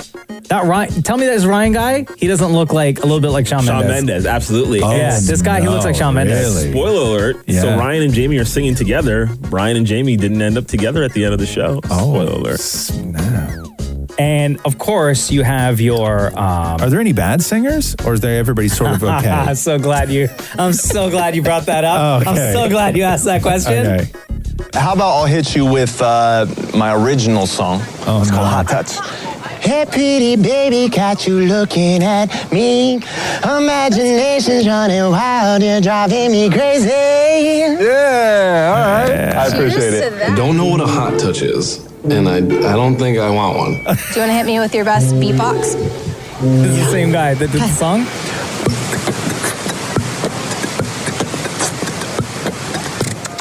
Okay. So that was his beatbox. And immediately after that, Yeah, right? He yeah. says to this girl that he's talking to, her name's Savannah. He tries to like be real smooth with her. Yeah. And I think he was like, if she was going to give it back to him, he was going to go in for the kiss. Right away. Because he says this to her. I like your lips. Thank you. A lot. And he's like giving her the eyes and everything. I appreciate that. Thank you. You don't like my lips? You lips are great. Oh, that hurt. Yeah. That I'm hurt. telling you, bro, you have to watch this show. It is so good. God, It is so good. To even just say, like, do you like my lips? Oh, my heart. How about I'll hit you with my original song? It's called Hot Touch. Hey, pretty baby, got you looking at me. Imagination's running wild, you're driving me crazy. Yeah, all right. This is the Roz and Mocha Show podcast. How you doing, Mike? It's Roz Mocha. Good. How you doing? Good, buddy. Man, I feel for you. Yeah, it's rough times, man. So, Mike, you wrote us this. Razamoka fixed my life. I live with my girlfriend and our 2 kids who are 3 and 6. You also have 2 older children, 11 and 13, that live with their mother. You say that you are part of Ontario's current workforce that is deemed essential service. Now, normally you would see your older kids on weekends, if not every other weekend, but due to COVID-19, you haven't been able to see them in almost 5 weeks. You say their mother believes that I need to be away from work / isolated for 14 days before I come in contact with them, which sounds appropriate to ensure that I do not have the virus, especially since your 11-year-old has asthma. And you say, you know, that you can do video chat, but especially right now, you think that you and the kids just need to be able to be together during these tough times. Not sure if you can help or what the suggestions are, but that would be great. Yeah, I don't know. It's a whole new thing, man. If it makes you feel any better, Mike, I mean, it may not, but just know you're not the only one that's going through this. There are a lot of families out there who are dealing with the exact same thing where they can't see each other. They can't see their kids, or kids can't see their parents, or you just can't see your spouse. So just know. Yeah, and I think that brings the weight of what's really going on. Like stuff like this isn't really talked about too much about, the families that don't necessarily live together, they're in separation. How long is it going to be until we see each other again? I know a few different people who are not in your exact situation, but are in similar situations where the kids after March break, everybody was isolating, and so it was fine because March break happened and all this stuff. But when life went back to normal, it's, well, when do you see your kid again if you have to work? And so because what happened is I know a few people where they didn't have the extra support, and so the kids went to one of the grandparents' house because that's where the ex was living. Yeah. And of course the grandparents are seniors, and so now there is no access. He has no access to his he can't put the seniors at to his risk? kids because he can't put the seniors at risk, which means that the kids can't go and stay with him, and he can't go and see the kids. And so he's in the same situation as you are, which is there's no animosity. There's no, somebody is holding your kids away from you, but it's just the reality of the situation that for everybody's safety, we're now going on, people like you, 5-6 weeks without seeing your kids. I think the unfortunate part of it, though, Mike, is that your ex is right because you are an essential worker and because you're out there, like in the world, you may not be able to. God, I hate saying this, man, because it really does break my heart, bro, that you can't see your kids because you do have to be isolated for those 14 days. And you know what? The kind of fortunate part of all of this is that your kids are 11 and 13, so you can explain to them why it is you can't physically go and spend time with them. If it were your, like say, for example, your 3-year-old you mentioned, it's impossible to explain something like that to a 3-year-old, right? But unfortunately, with this going on, we're left explaining to them, why isn't Big Brother and Big Sister coming over? How come I haven't seen Maddie and Noah? And, it's a whole new world, and it hasn't been talked about a lot. I don't think there's a definite right or wrong in any situation. I think it has to be a mutual agreement. But given the fact that I'm not in isolation, it breaks all the rules. You know what I mean? Yeah. And people are getting really creative, and they're thinking of all sorts of things. People are sitting on FaceTime. So I'm FaceTiming with you, you're FaceTiming with me, and you and I really don't say anything, but we just hit play on the same Netflix movie together at the same time. Oh, yeah. You know what I mean?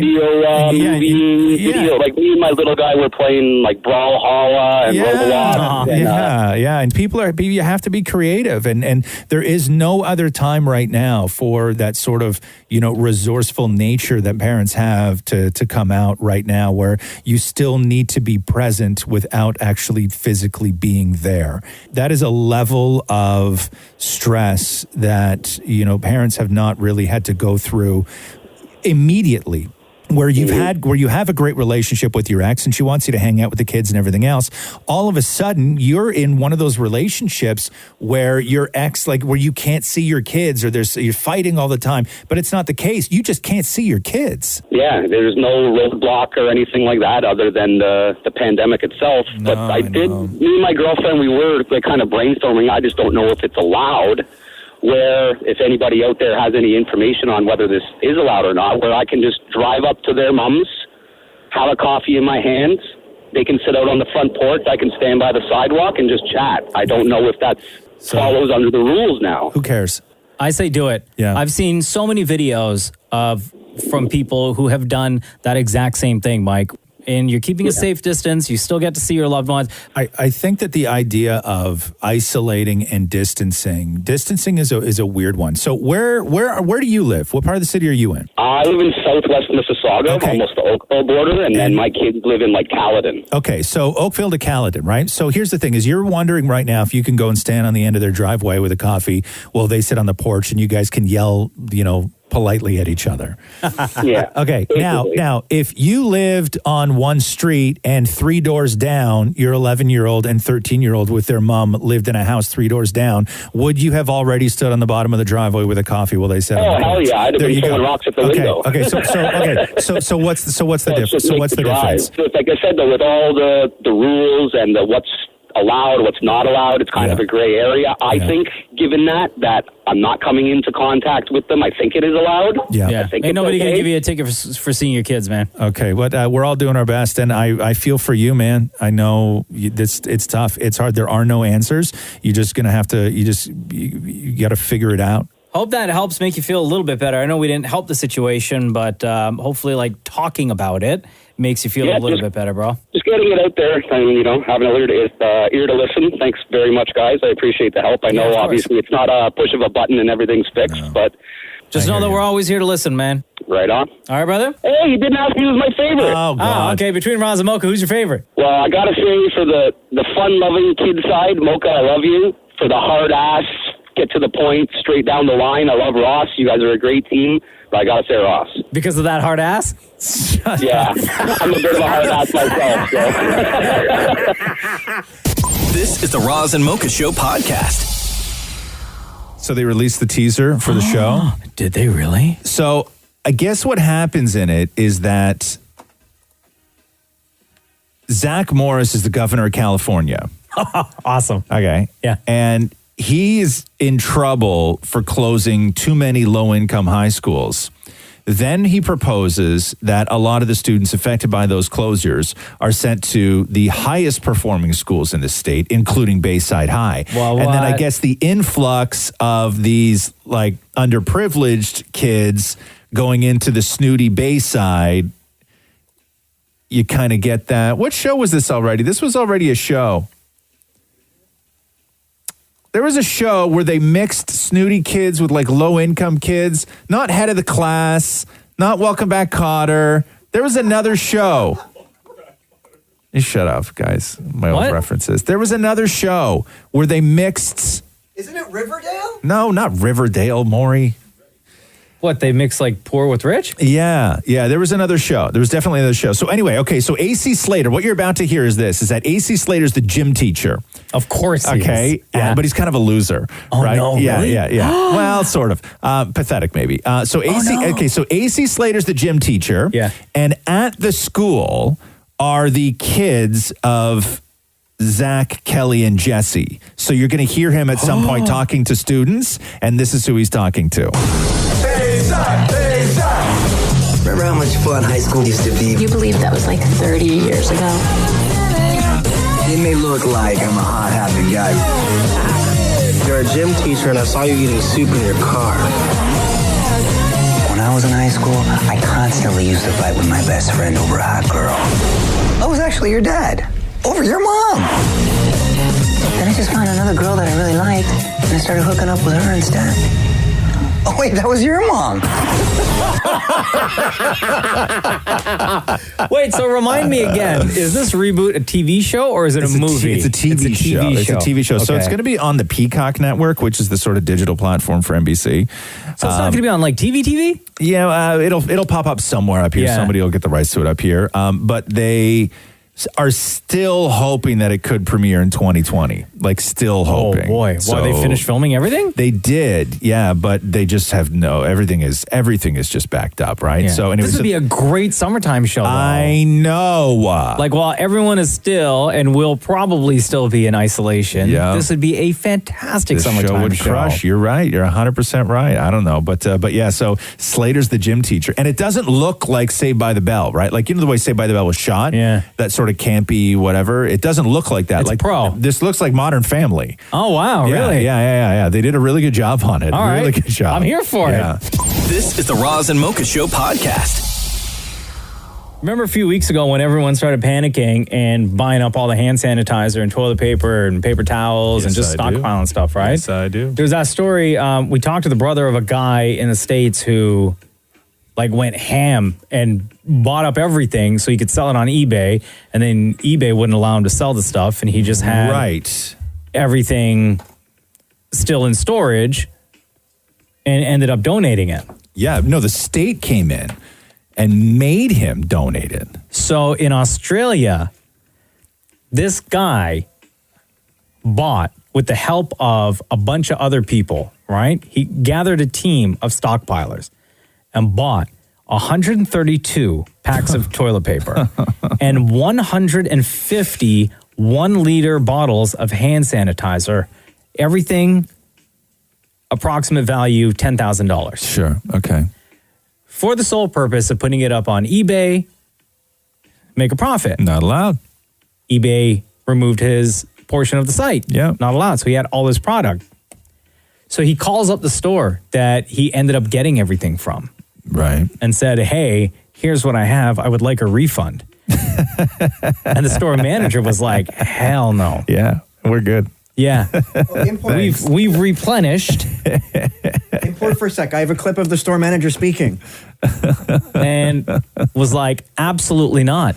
So now this guy in Australia, he's stuck. He's sitting on 10 grand worth of toilet paper and hand sanitizer. Now, the toilet paper, that'll last you years. You're good. Okay. That's fine. That'll last you.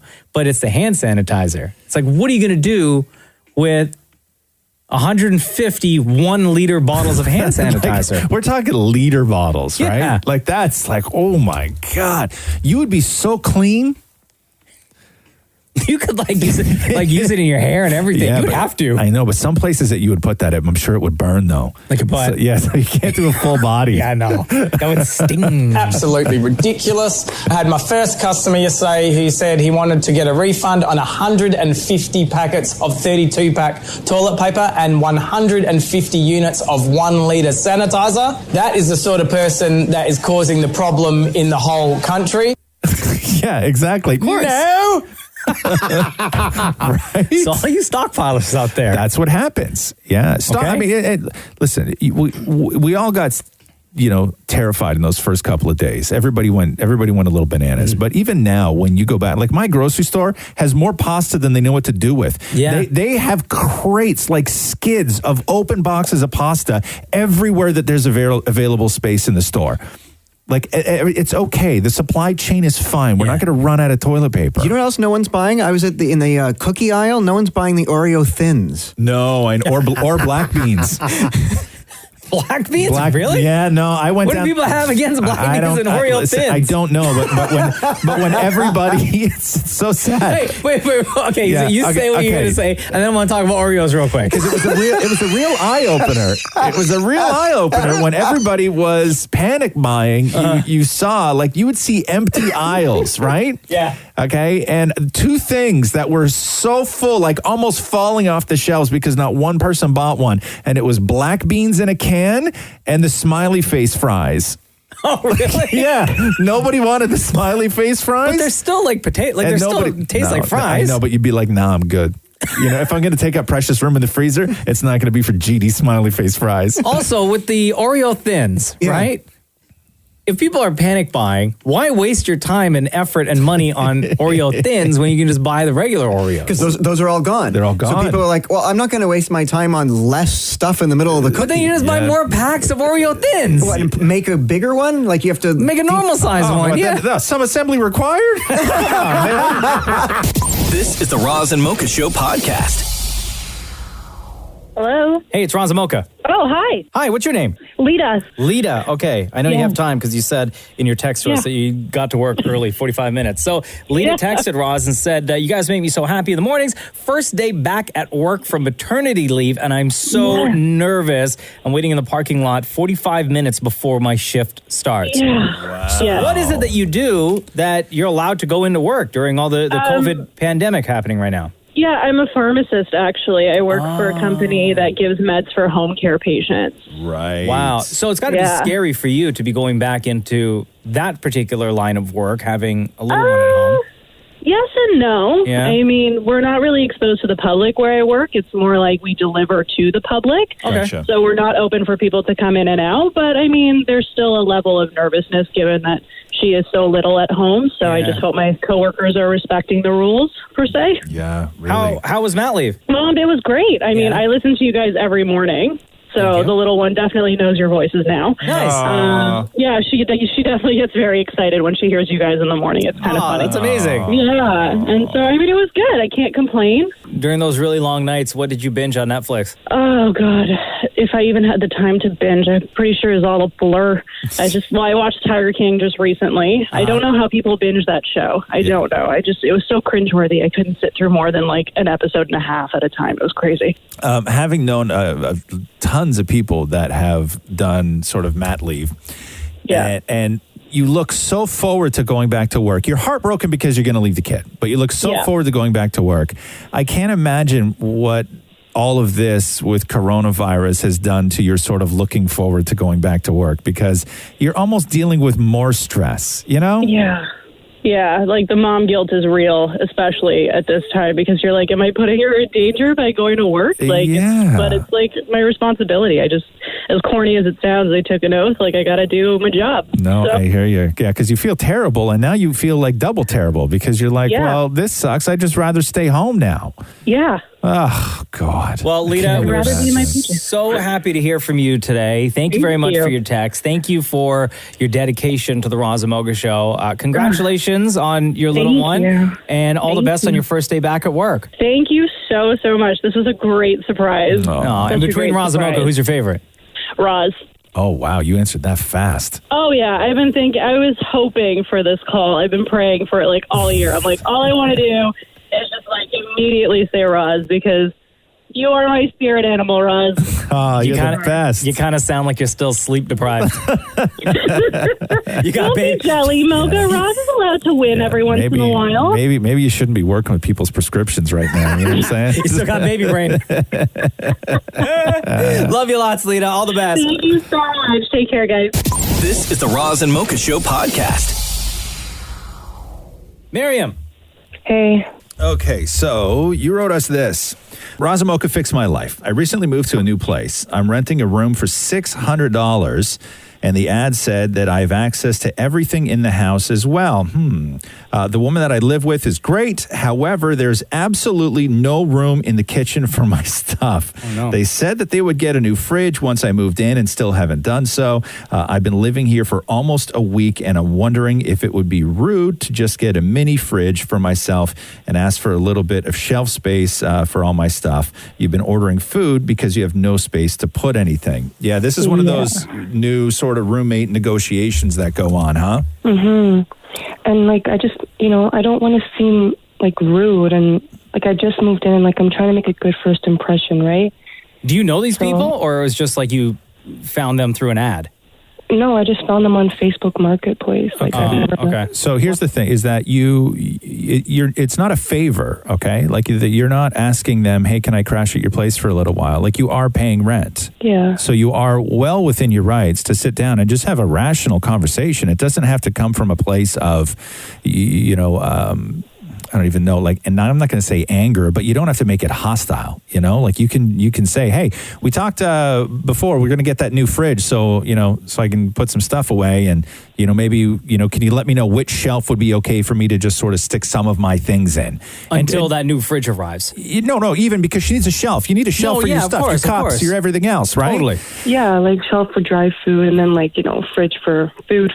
Have they not like cleared anything, like knowing that you were going to go live there? Have they not made any effort whatsoever to give you your own space in the kitchen? No, you know what they say? They said that we all share food, and if you eat more of something, you have to buy that. And like, I don't want to have that conversation. Like, I feel awkward, Yeah.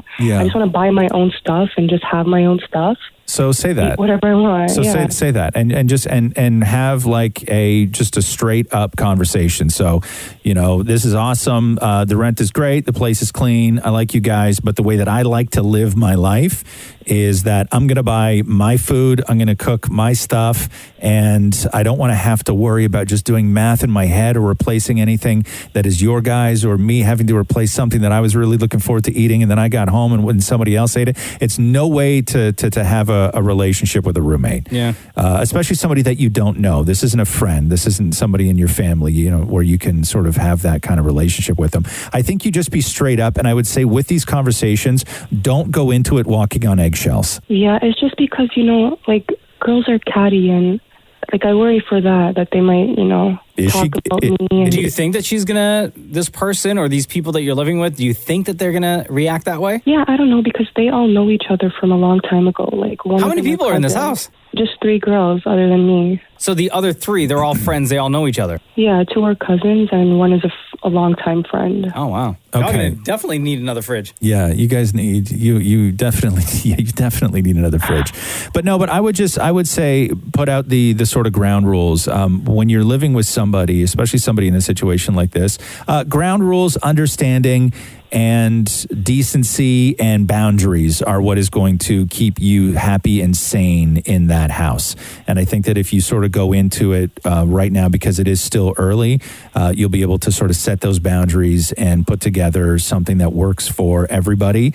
But don't eggshell this. Don't come into this, thinking that you're doing something wrong, because you're not.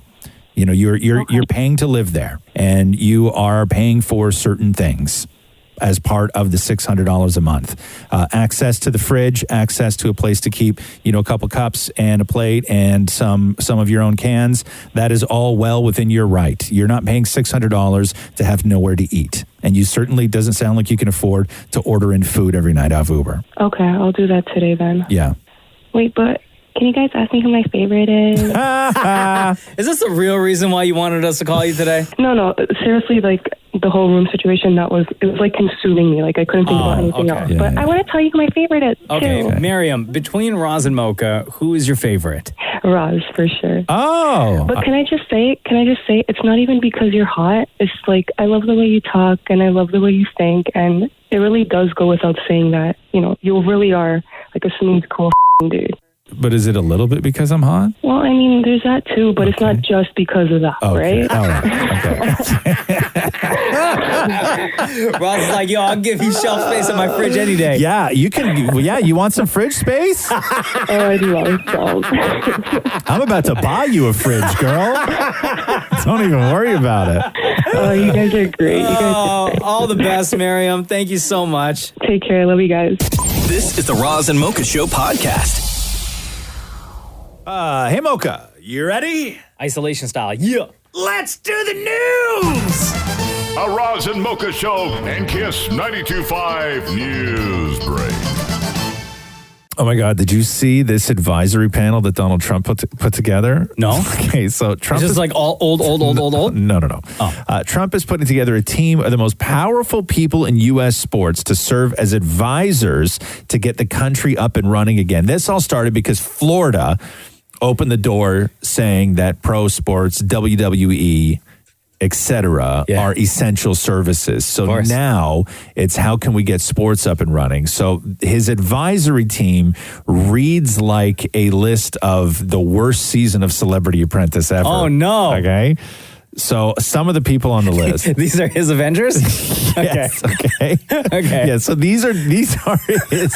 Yes. These are his Avengers. Donald Trump is Nick Fury, and he just assembled the Avengers. Okay. So Mark Cuban. Wait. Okay. Okay, hit me. Okay, so Mark Cuban. Yes. Dana White. Okay. Vince McMahon. No. Yeah. Gary Bettman. Okay. From the NHL. Yeah. Who everybody hates that Gary guy. Bettman. Oh, no. And then you have like Adam Silver and Jerry Jones and everybody. But what are these guys going to do? Well, they all own everything, right? They're either commissioners or major owners or billionaires or whatever it is. So this is his Avengers team to try and get sports back up and running. Gary Bettman and Dana White. And let's not forget Vince McMahon. That's so good. I don't know if you saw this. Amy Schumer had her son, and she named the kid Gene Attell Fisher. Fisher, her husband's last name. Yeah. Attell, named after her best friend and comic Dave Attell. Yeah. But so middle name is Attell. Middle name is Attell. But they changed the name. Oh. They changed the kid's name. This is Amy Schumer explaining why they changed the baby's name. So, do you guys know that Gene, our baby's name, is officially changed? It's now Gene David Fisher. It was Gene Attell Fisher, but we realized that we by accident named our son Genital. Yeah. Gene Attell sounds like genital. But his middle name is now David, which is also after Attell, and my dad's middle name is David. Gene David. Genital. Yeah, it's unfortunate. Scientists discover a major lasting benefit of growing up outside of a city. So they use data from almost 4,000 people, and they report a strong relationship between growing up away from the natural world and mental health in adulthood. Overall, they found a strong correlation between low exposure to nature during childhood and higher levels of nervousness and feelings of depression in adulthood, saying what we found is that the childhood experience of green space can actually predict mental health later in life. They go on to say the people that reported more exposure to nature actually have better mental health than those that do not, even after we adjust for exposure at the time for the interview when they were adults. So so if you're a kid and you grow up in nature, there's a direct correlation between your mental health as an adult compared to people who grew up in cities. That's just the power of green and blue, they say, basically, right? So it's interesting. I like that.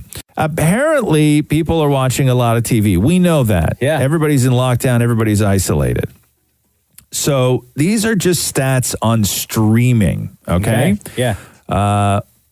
3 in 4 people, so 3/4 of the people admit that they are streaming more content than normal right now. So we understand that. 65% of parents are letting their kids watch more movies and TV shows than usual. Yep. We understand that. We're not always searching for fresh content. 56% of people said that they frequently re-watch shows instead of starting something new. 56%. My wife just restarted after she completed the entire series again like 2 years ago. Right. She restarted last night, season 1, episode 1, labeled the pilot, Friends. Really? Yes. Really? And the big stat, apparently, when it comes to streaming, is that in general, we are now watching 8 hours of TV a day right now. Yes. I can admit that. Hours of TV a day. Yeah. The TV in our house is only off when we go to bed. Right. I swear. Dr. Fauci. Is Dr. Fauci again? He's the corona expert, the guy you see on TV all the time in the States. Oh, right, yeah. Listen to this. So he does an interview, and what came out of this is a headline that reads, Dr. Fauci endorses Tinder hookups, quote, if you're willing to take a risk. No. So he was asked, if you're swiping on a dating app like Tinder or Bumble or Grindr, and you match with someone that you think is hot, and you're just kind of like, maybe it's fine if this one stranger comes over, what do you say to that person? And then Fauci says, that's tough, because that's what's called relative risk. He goes on to say, if you're willing to take a risk, and everybody has their own tolerance for risk, you could figure out if you want to meet somebody. He goes on to say, if you want to go a little bit more intimate, well, that's your choice regarding a risk. So instead of just saying, no, don't do it. But if they're telling everybody and asking everyone to stay indoors. Yeah, I can't go to the mall. Yeah. I'm scared to go to the grocery store right now. And he's saying it's okay, just take the risk? Well, no, he's saying it's up to you to take the risk. Yes, it's your own risk tolerance, I guess. What a dummy. Right. They say that sexting is way up during self-isolation. According to a new study, it is like through the roof. Now, in the past month, they say tweets that contain the words coronavirus, but also the words like nudes or D-pics are up 384%. And tweets using the eggplant or peach emoji are up 46%. We're all sitting around horny. Yes. Drake is now part of the All-In Challenge. We talked about this a little bit earlier in the show. And the All-In Challenge is where like a lot of rich people and celebrities put up these incredible experiences. And I don't know whether it's an auction or whether you donate something and then your name goes into a draw and then so on and so forth. But the Undertaker from the WWE is auctioning off dinner and one of his long black leather jackets that he wore at a pay-per-view. That's the one I want. This is what Robert De Niro and Leonardo DiCaprio are offering up. Lorene Jobs and I helped create America's Food Fund to make sure that every family in need gets access to a meal at this very critical time. Our most vulnerable communities need our support now more than ever. And that's why we're asking you to help us go all in. Bobby and I are going to be starring in a film called Killers of the Flower Moon. If you ever wondered what it was like to be able to work with the great Martin Scorsese, this is your chance. We want to offer you a walk-on role. You'll spend the day on the set with the three of us. And, of course, you'll attend the premiere. So please go to allinchallenge.com and donate whatever you can.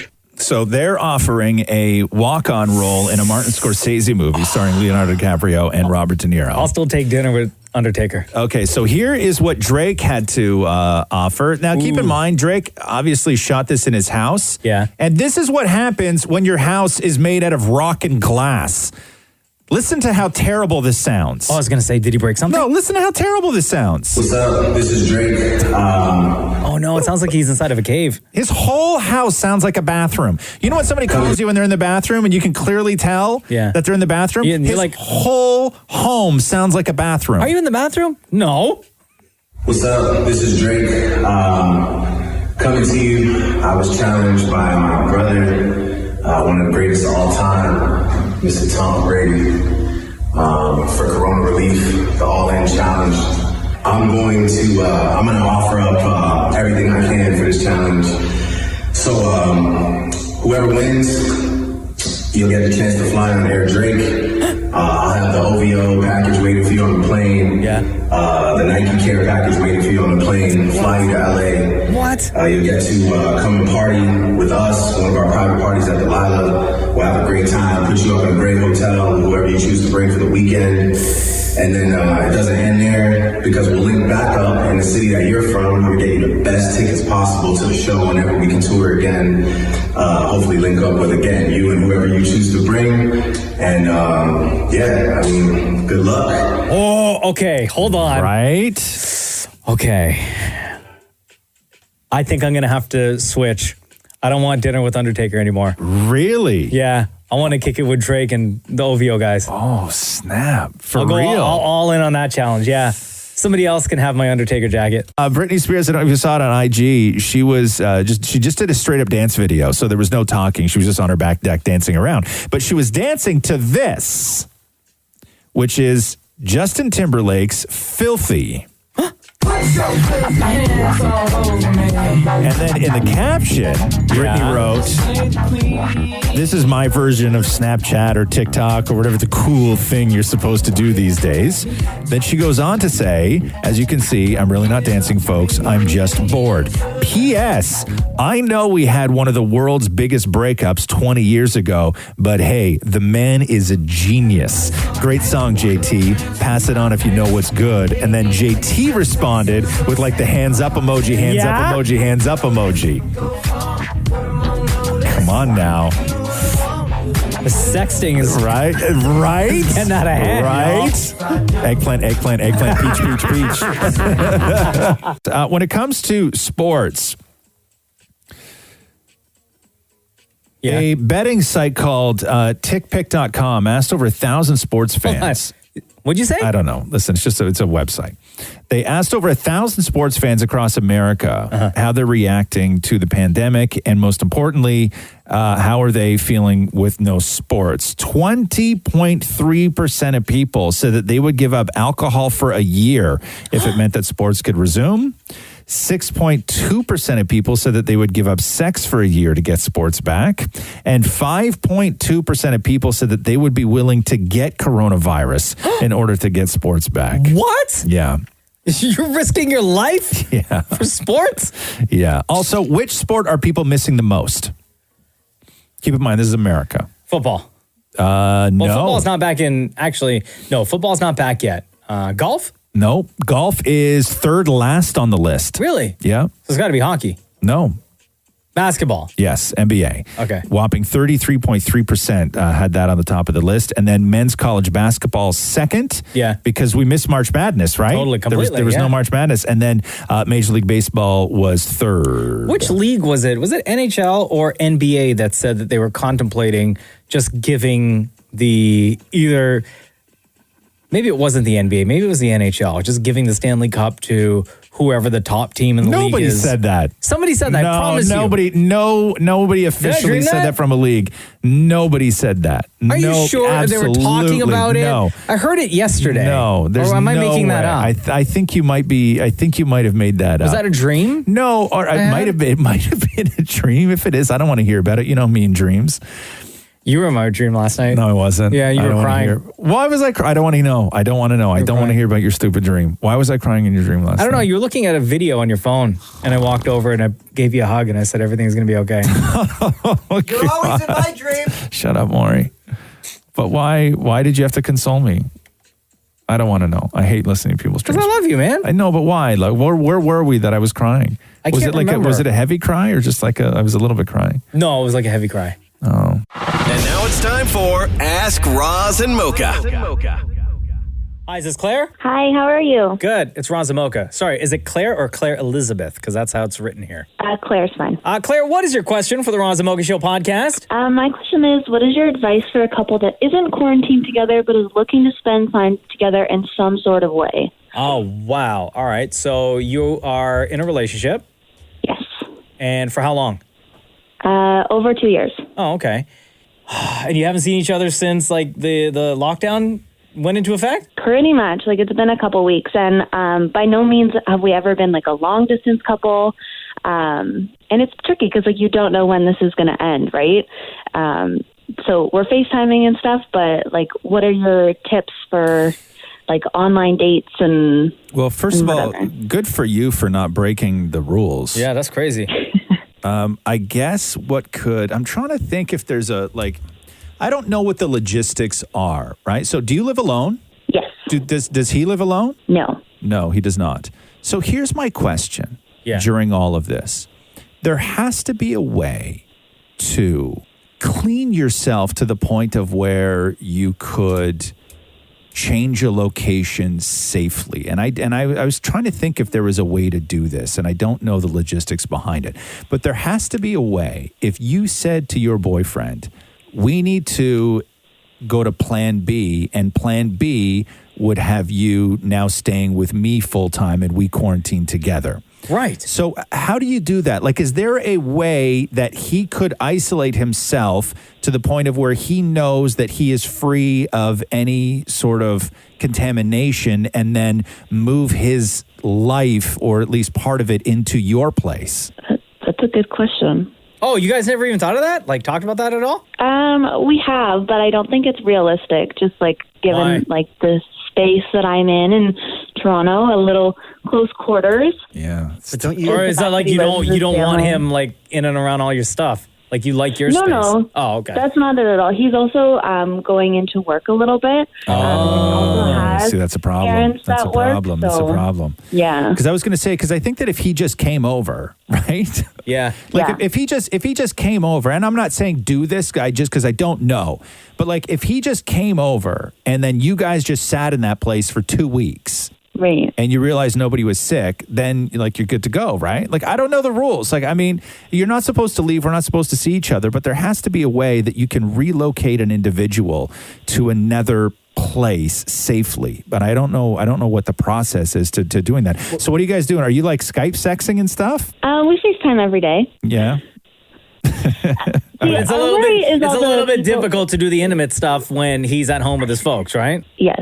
And can I just say, nobody looks sexy on video chat? That's not true, Maury. That's not true. Wait, question. Before we continue with Claire, Maury. Yeah. You are at home with your husband. Yes.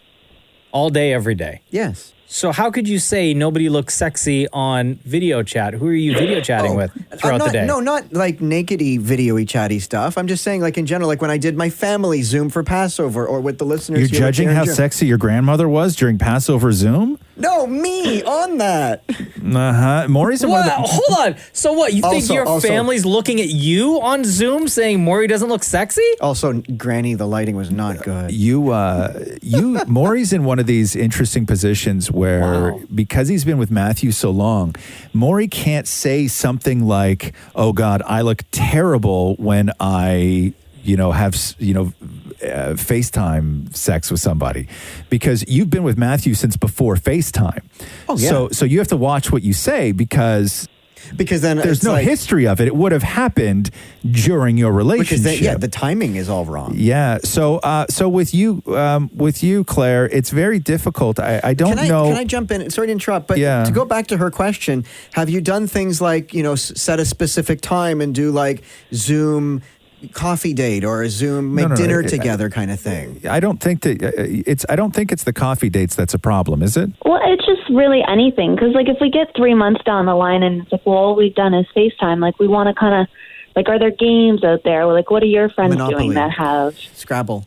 Yeah, like you want to be able to sort of live a life with each other, but just separately, right? Like, Yeah. you want to. Hey, do you guys play chess?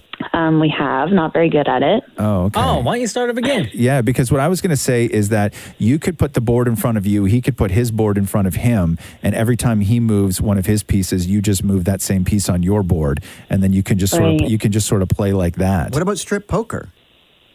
Hello? No, these are good. Yeah, these are good. things are good. Okay. Okay, so hold on here. Thanks for the suggestion, Maury. Yeah, thanks. She's really keen on that one. Okay, so hold on here. I just want to get to the bottom of this because I may have been a bit confused at the beginning of this.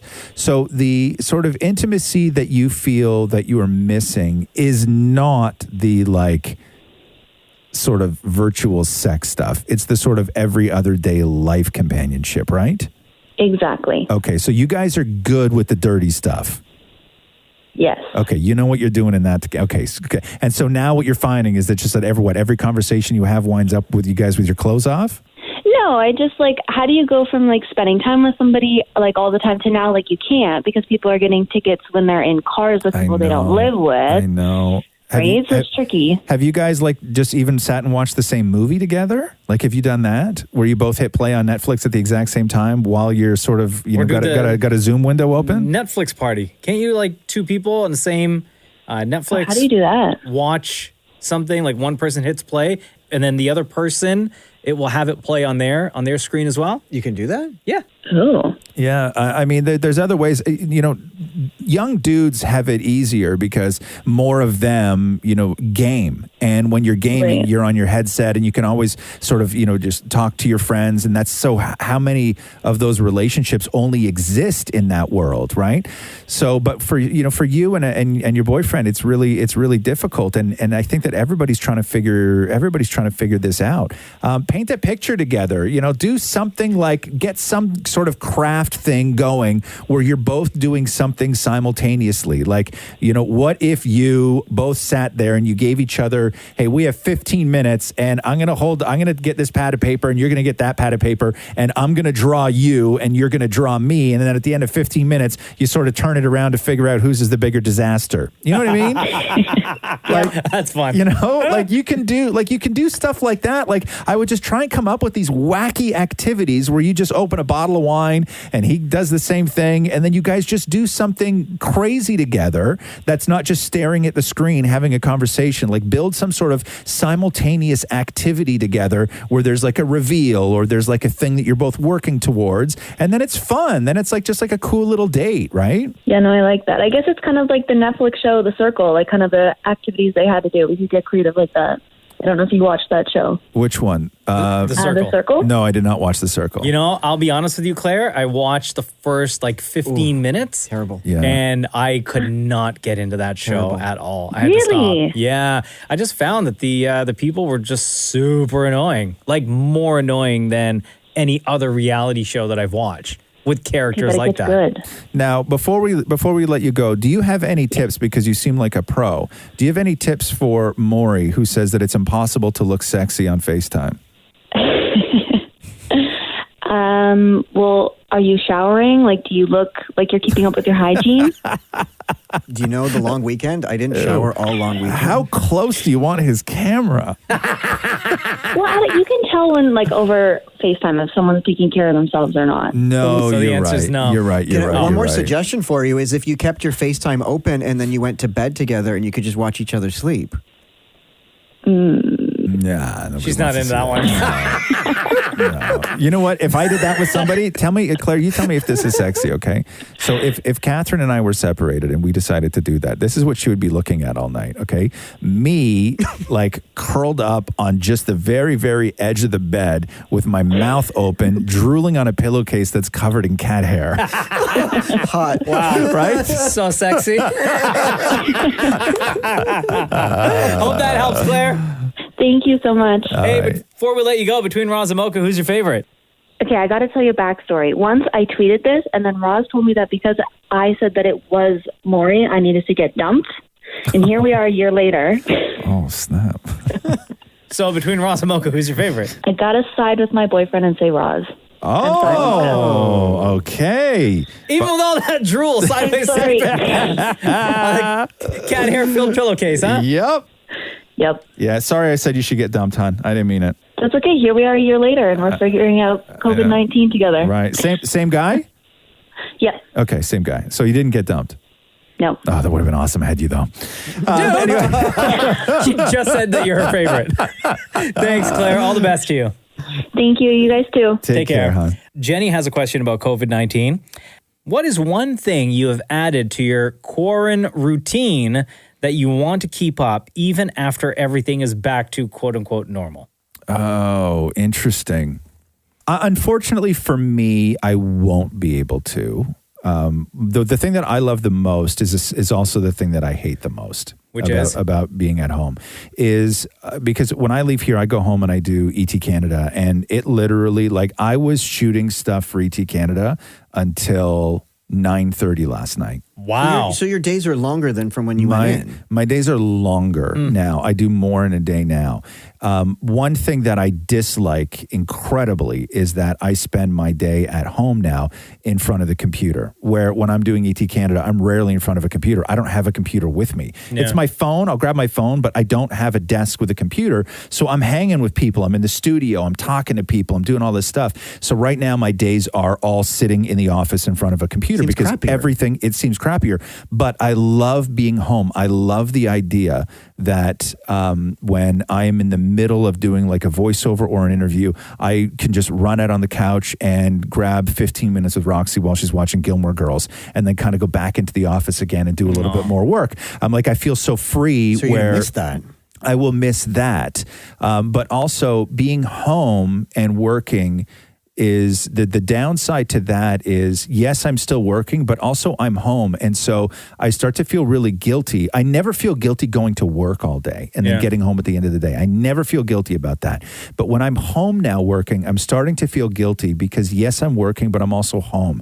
And there's nothing I hate more than being home, being in the house where I don't appear to be present. Yeah. Right? I don't like that. I don't like that feeling. I don't like the feeling of hiding away in my own house, of where I have to sort of, I'm forced to ignore, Catherine and Roxy. And so I really dislike that. But the one thing that I really do love, and I think that I will miss coming out of, all of this, is just the attention to compassion, where I think that everybody is just doing their absolute best to make sure everybody else in your life is doing okay. And I don't think we do that enough. I think that we're all so plugged into everything and we are so self-sufficient that we can take care of ourselves that nobody asks if anybody needs anything. Nobody asks if, hey, I'm going to this place on Saturday. Can I pick you up something? Or what do you need? Do you need help with something? And I hope to God that continues with everybody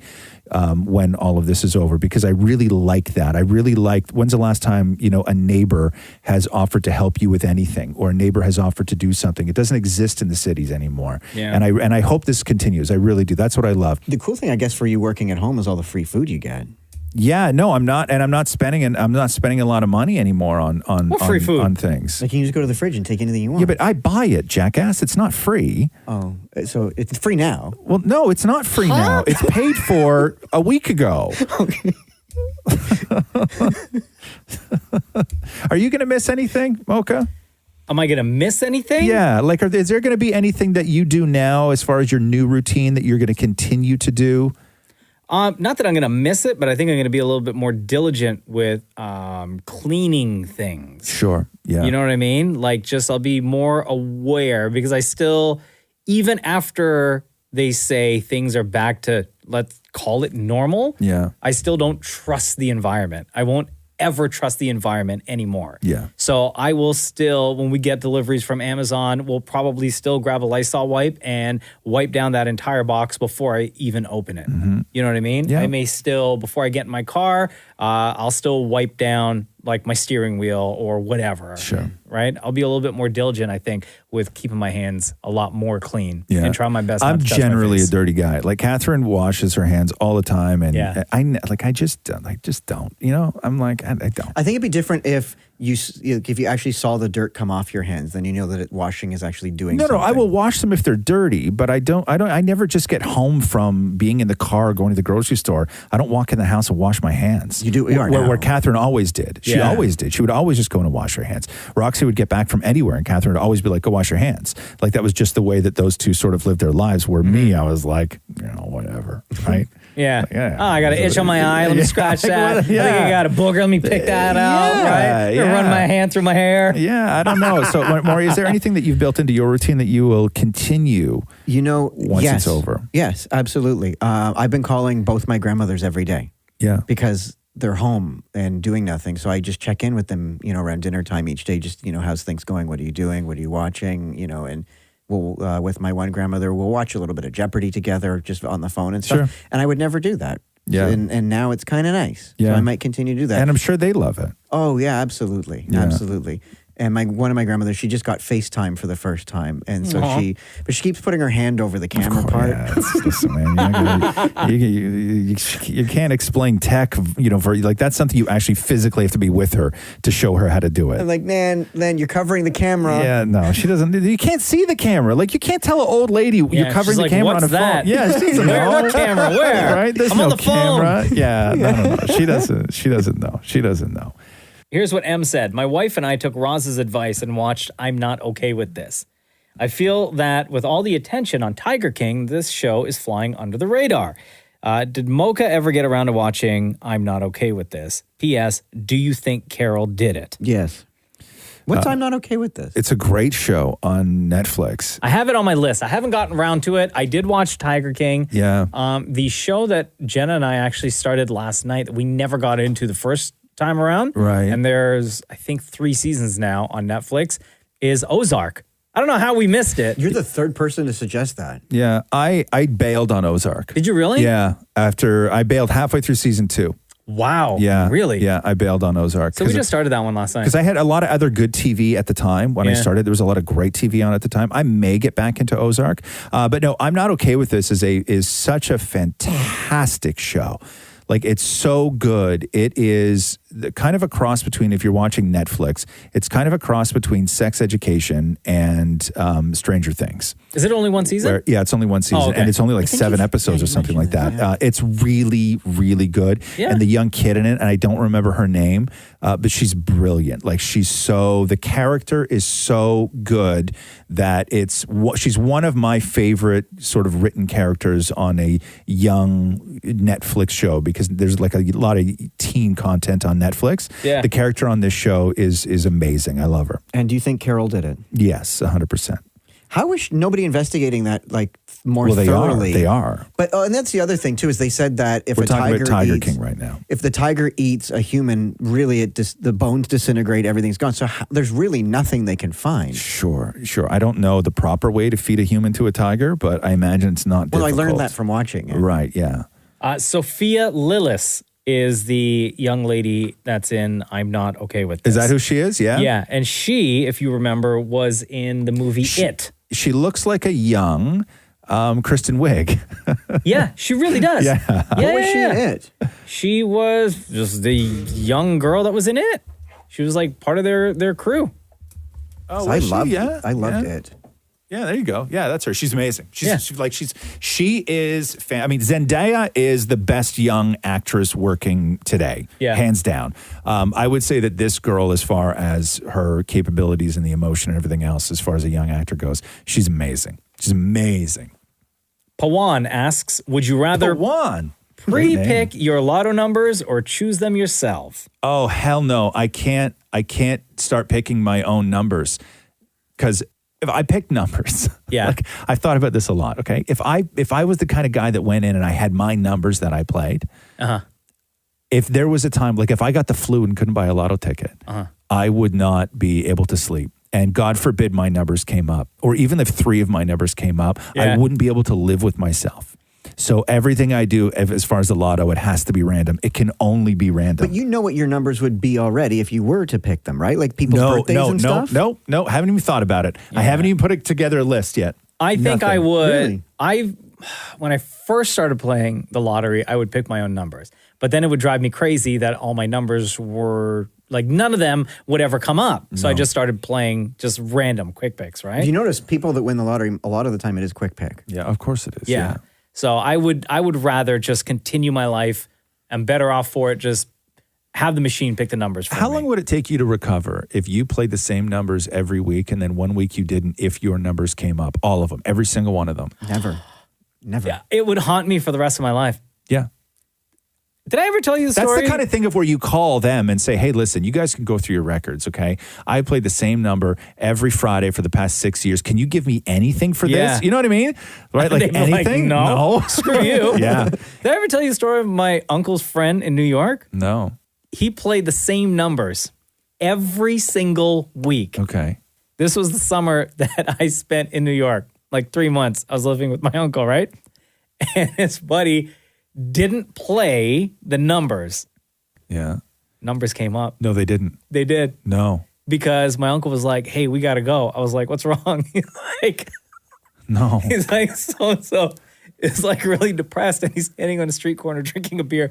I got to go get him. He called me.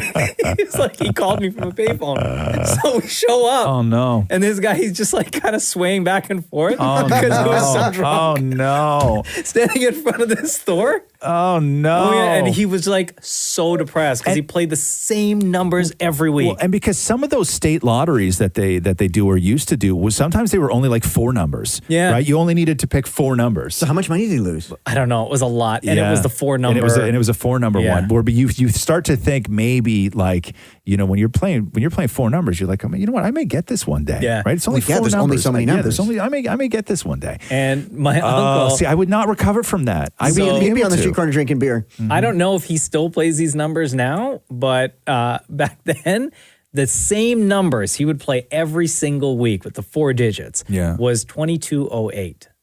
What did that mean to him? I asked him. Yeah. He said one day he went to the store and he was trying to figure out what numbers to play because all the other randoms that he was picking were never coming up winners. So he was like, I need to get a set of numbers that I'm going to play every single week. 2208. He was wearing a Hugo Boss shirt. Okay. BOSS. Yeah. He looked, I guess, in the mirror or whatever, or he saw a Right. reflection, and backwards it looked like it was the numbers 2208.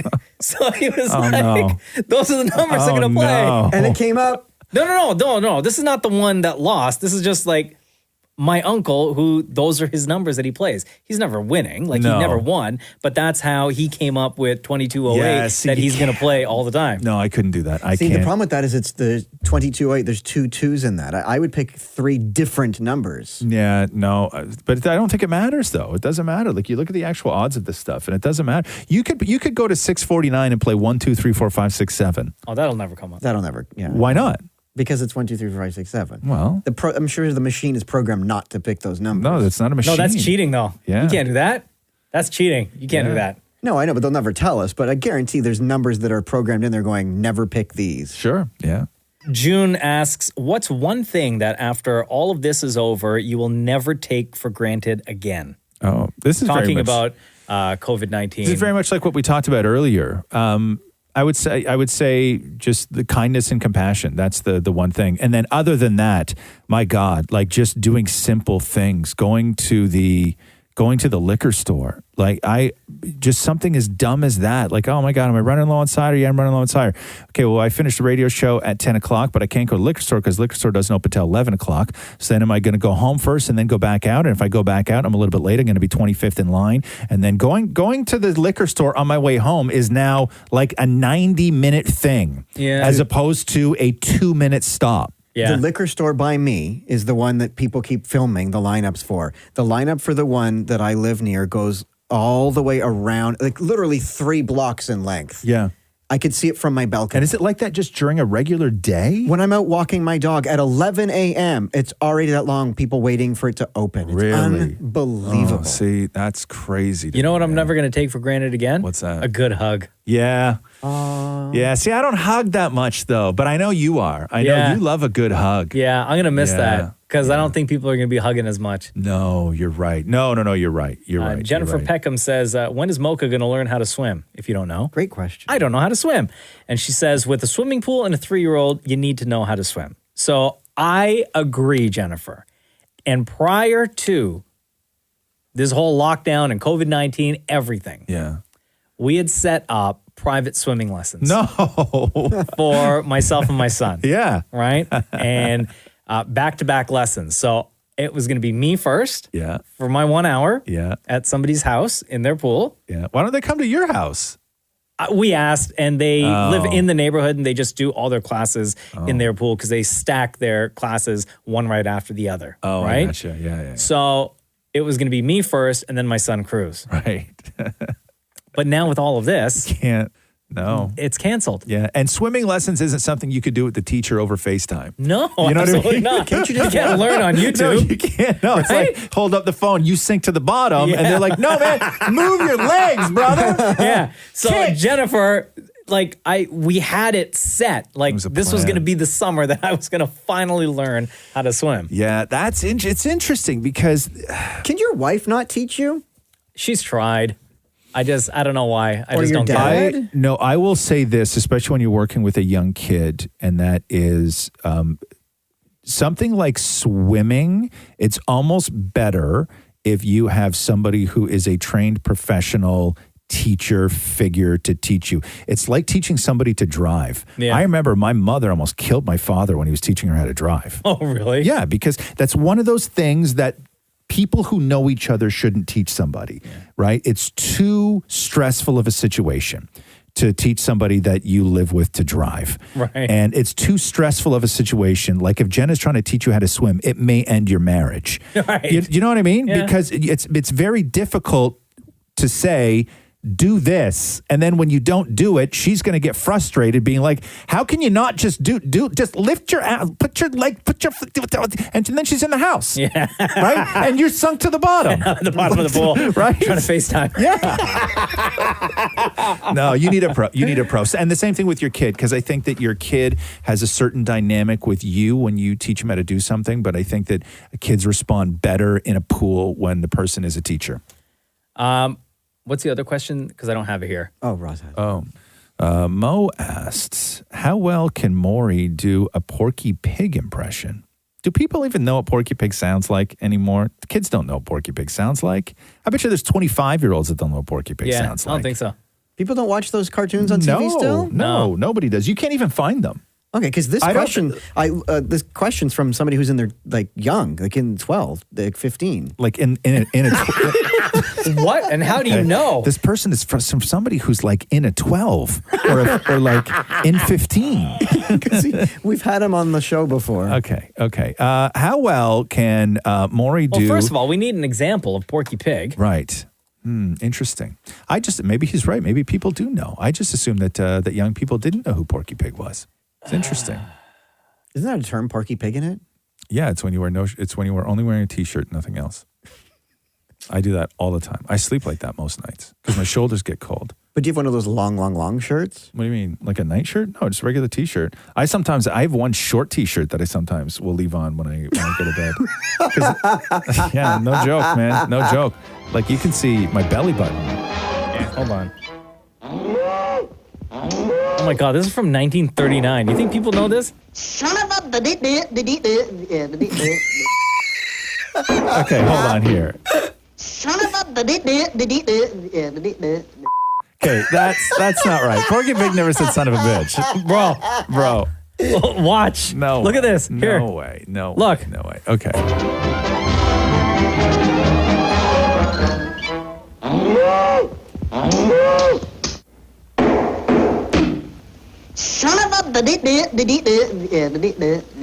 No. That's not real? Is that not real? No, that can't be real. There's no way. He's got the hammer. Yeah, and okay, Morky. Okay, Morky. All right, Morky Pig. Okay, Morky Pig. Give Mo his dream and do your best Porky Pig impression, Morky. First, hit the hammer. Okay. Okay. And then the hammer hits your thumb. Yeah. Son of a bitch. Okay. So no is the answer. Oh, man. If you have a question that you want us to answer on a future episode of the podcast, at Kiss925 is the Instagram account. And once a week, we will post a picture that simply reads, Ask Roz and Mocha. And in the comment section is where you leave your question. Bye, folks. Give me 1 second here. I'm going to find out if Porky Pig ever did say son of a bitch. The first and only time Porky ever swore. See? So it says the first and only time Porky Pig ever swore was in 1939. A very short black and white cartoon was made in 1938 as part of Warner Brothers blooper reel. Oh, they made a blooper reel. It was shown on the Warner Brothers 50th anniversary TV show. Porky is shown doing some carpentry work, pounding nails. When he smacks his thumb with a hammer, grimacing in pain, he says, son of a bitch. Right, and he then turns to the camera and says, son of a bitch. Right. Son of a Okay. It says this short so-called, quote, blooper can also be found on the Looney Tunes Golden Collection, Volume 4. Oh, I had that and I sold it for $20. Of 2006 under the title Porky Pig Breakdowns of 1939, with several versions of the clip making it look like a true blooper. And on each, so I guess, yeah, so they made that. So it never aired on like a television show. Like it wasn't part of their run of episodes, but they actually did make it as a blooper reel, which was Porky Pig saying son of a bitch. Son of a Thanks for listening to the Roz and Mocha Show podcast. Catch the guys live Weekday mornings from 6 to 10 on Kiss 92.5. Kiss925.com. Or download the Kiss 92.5 app.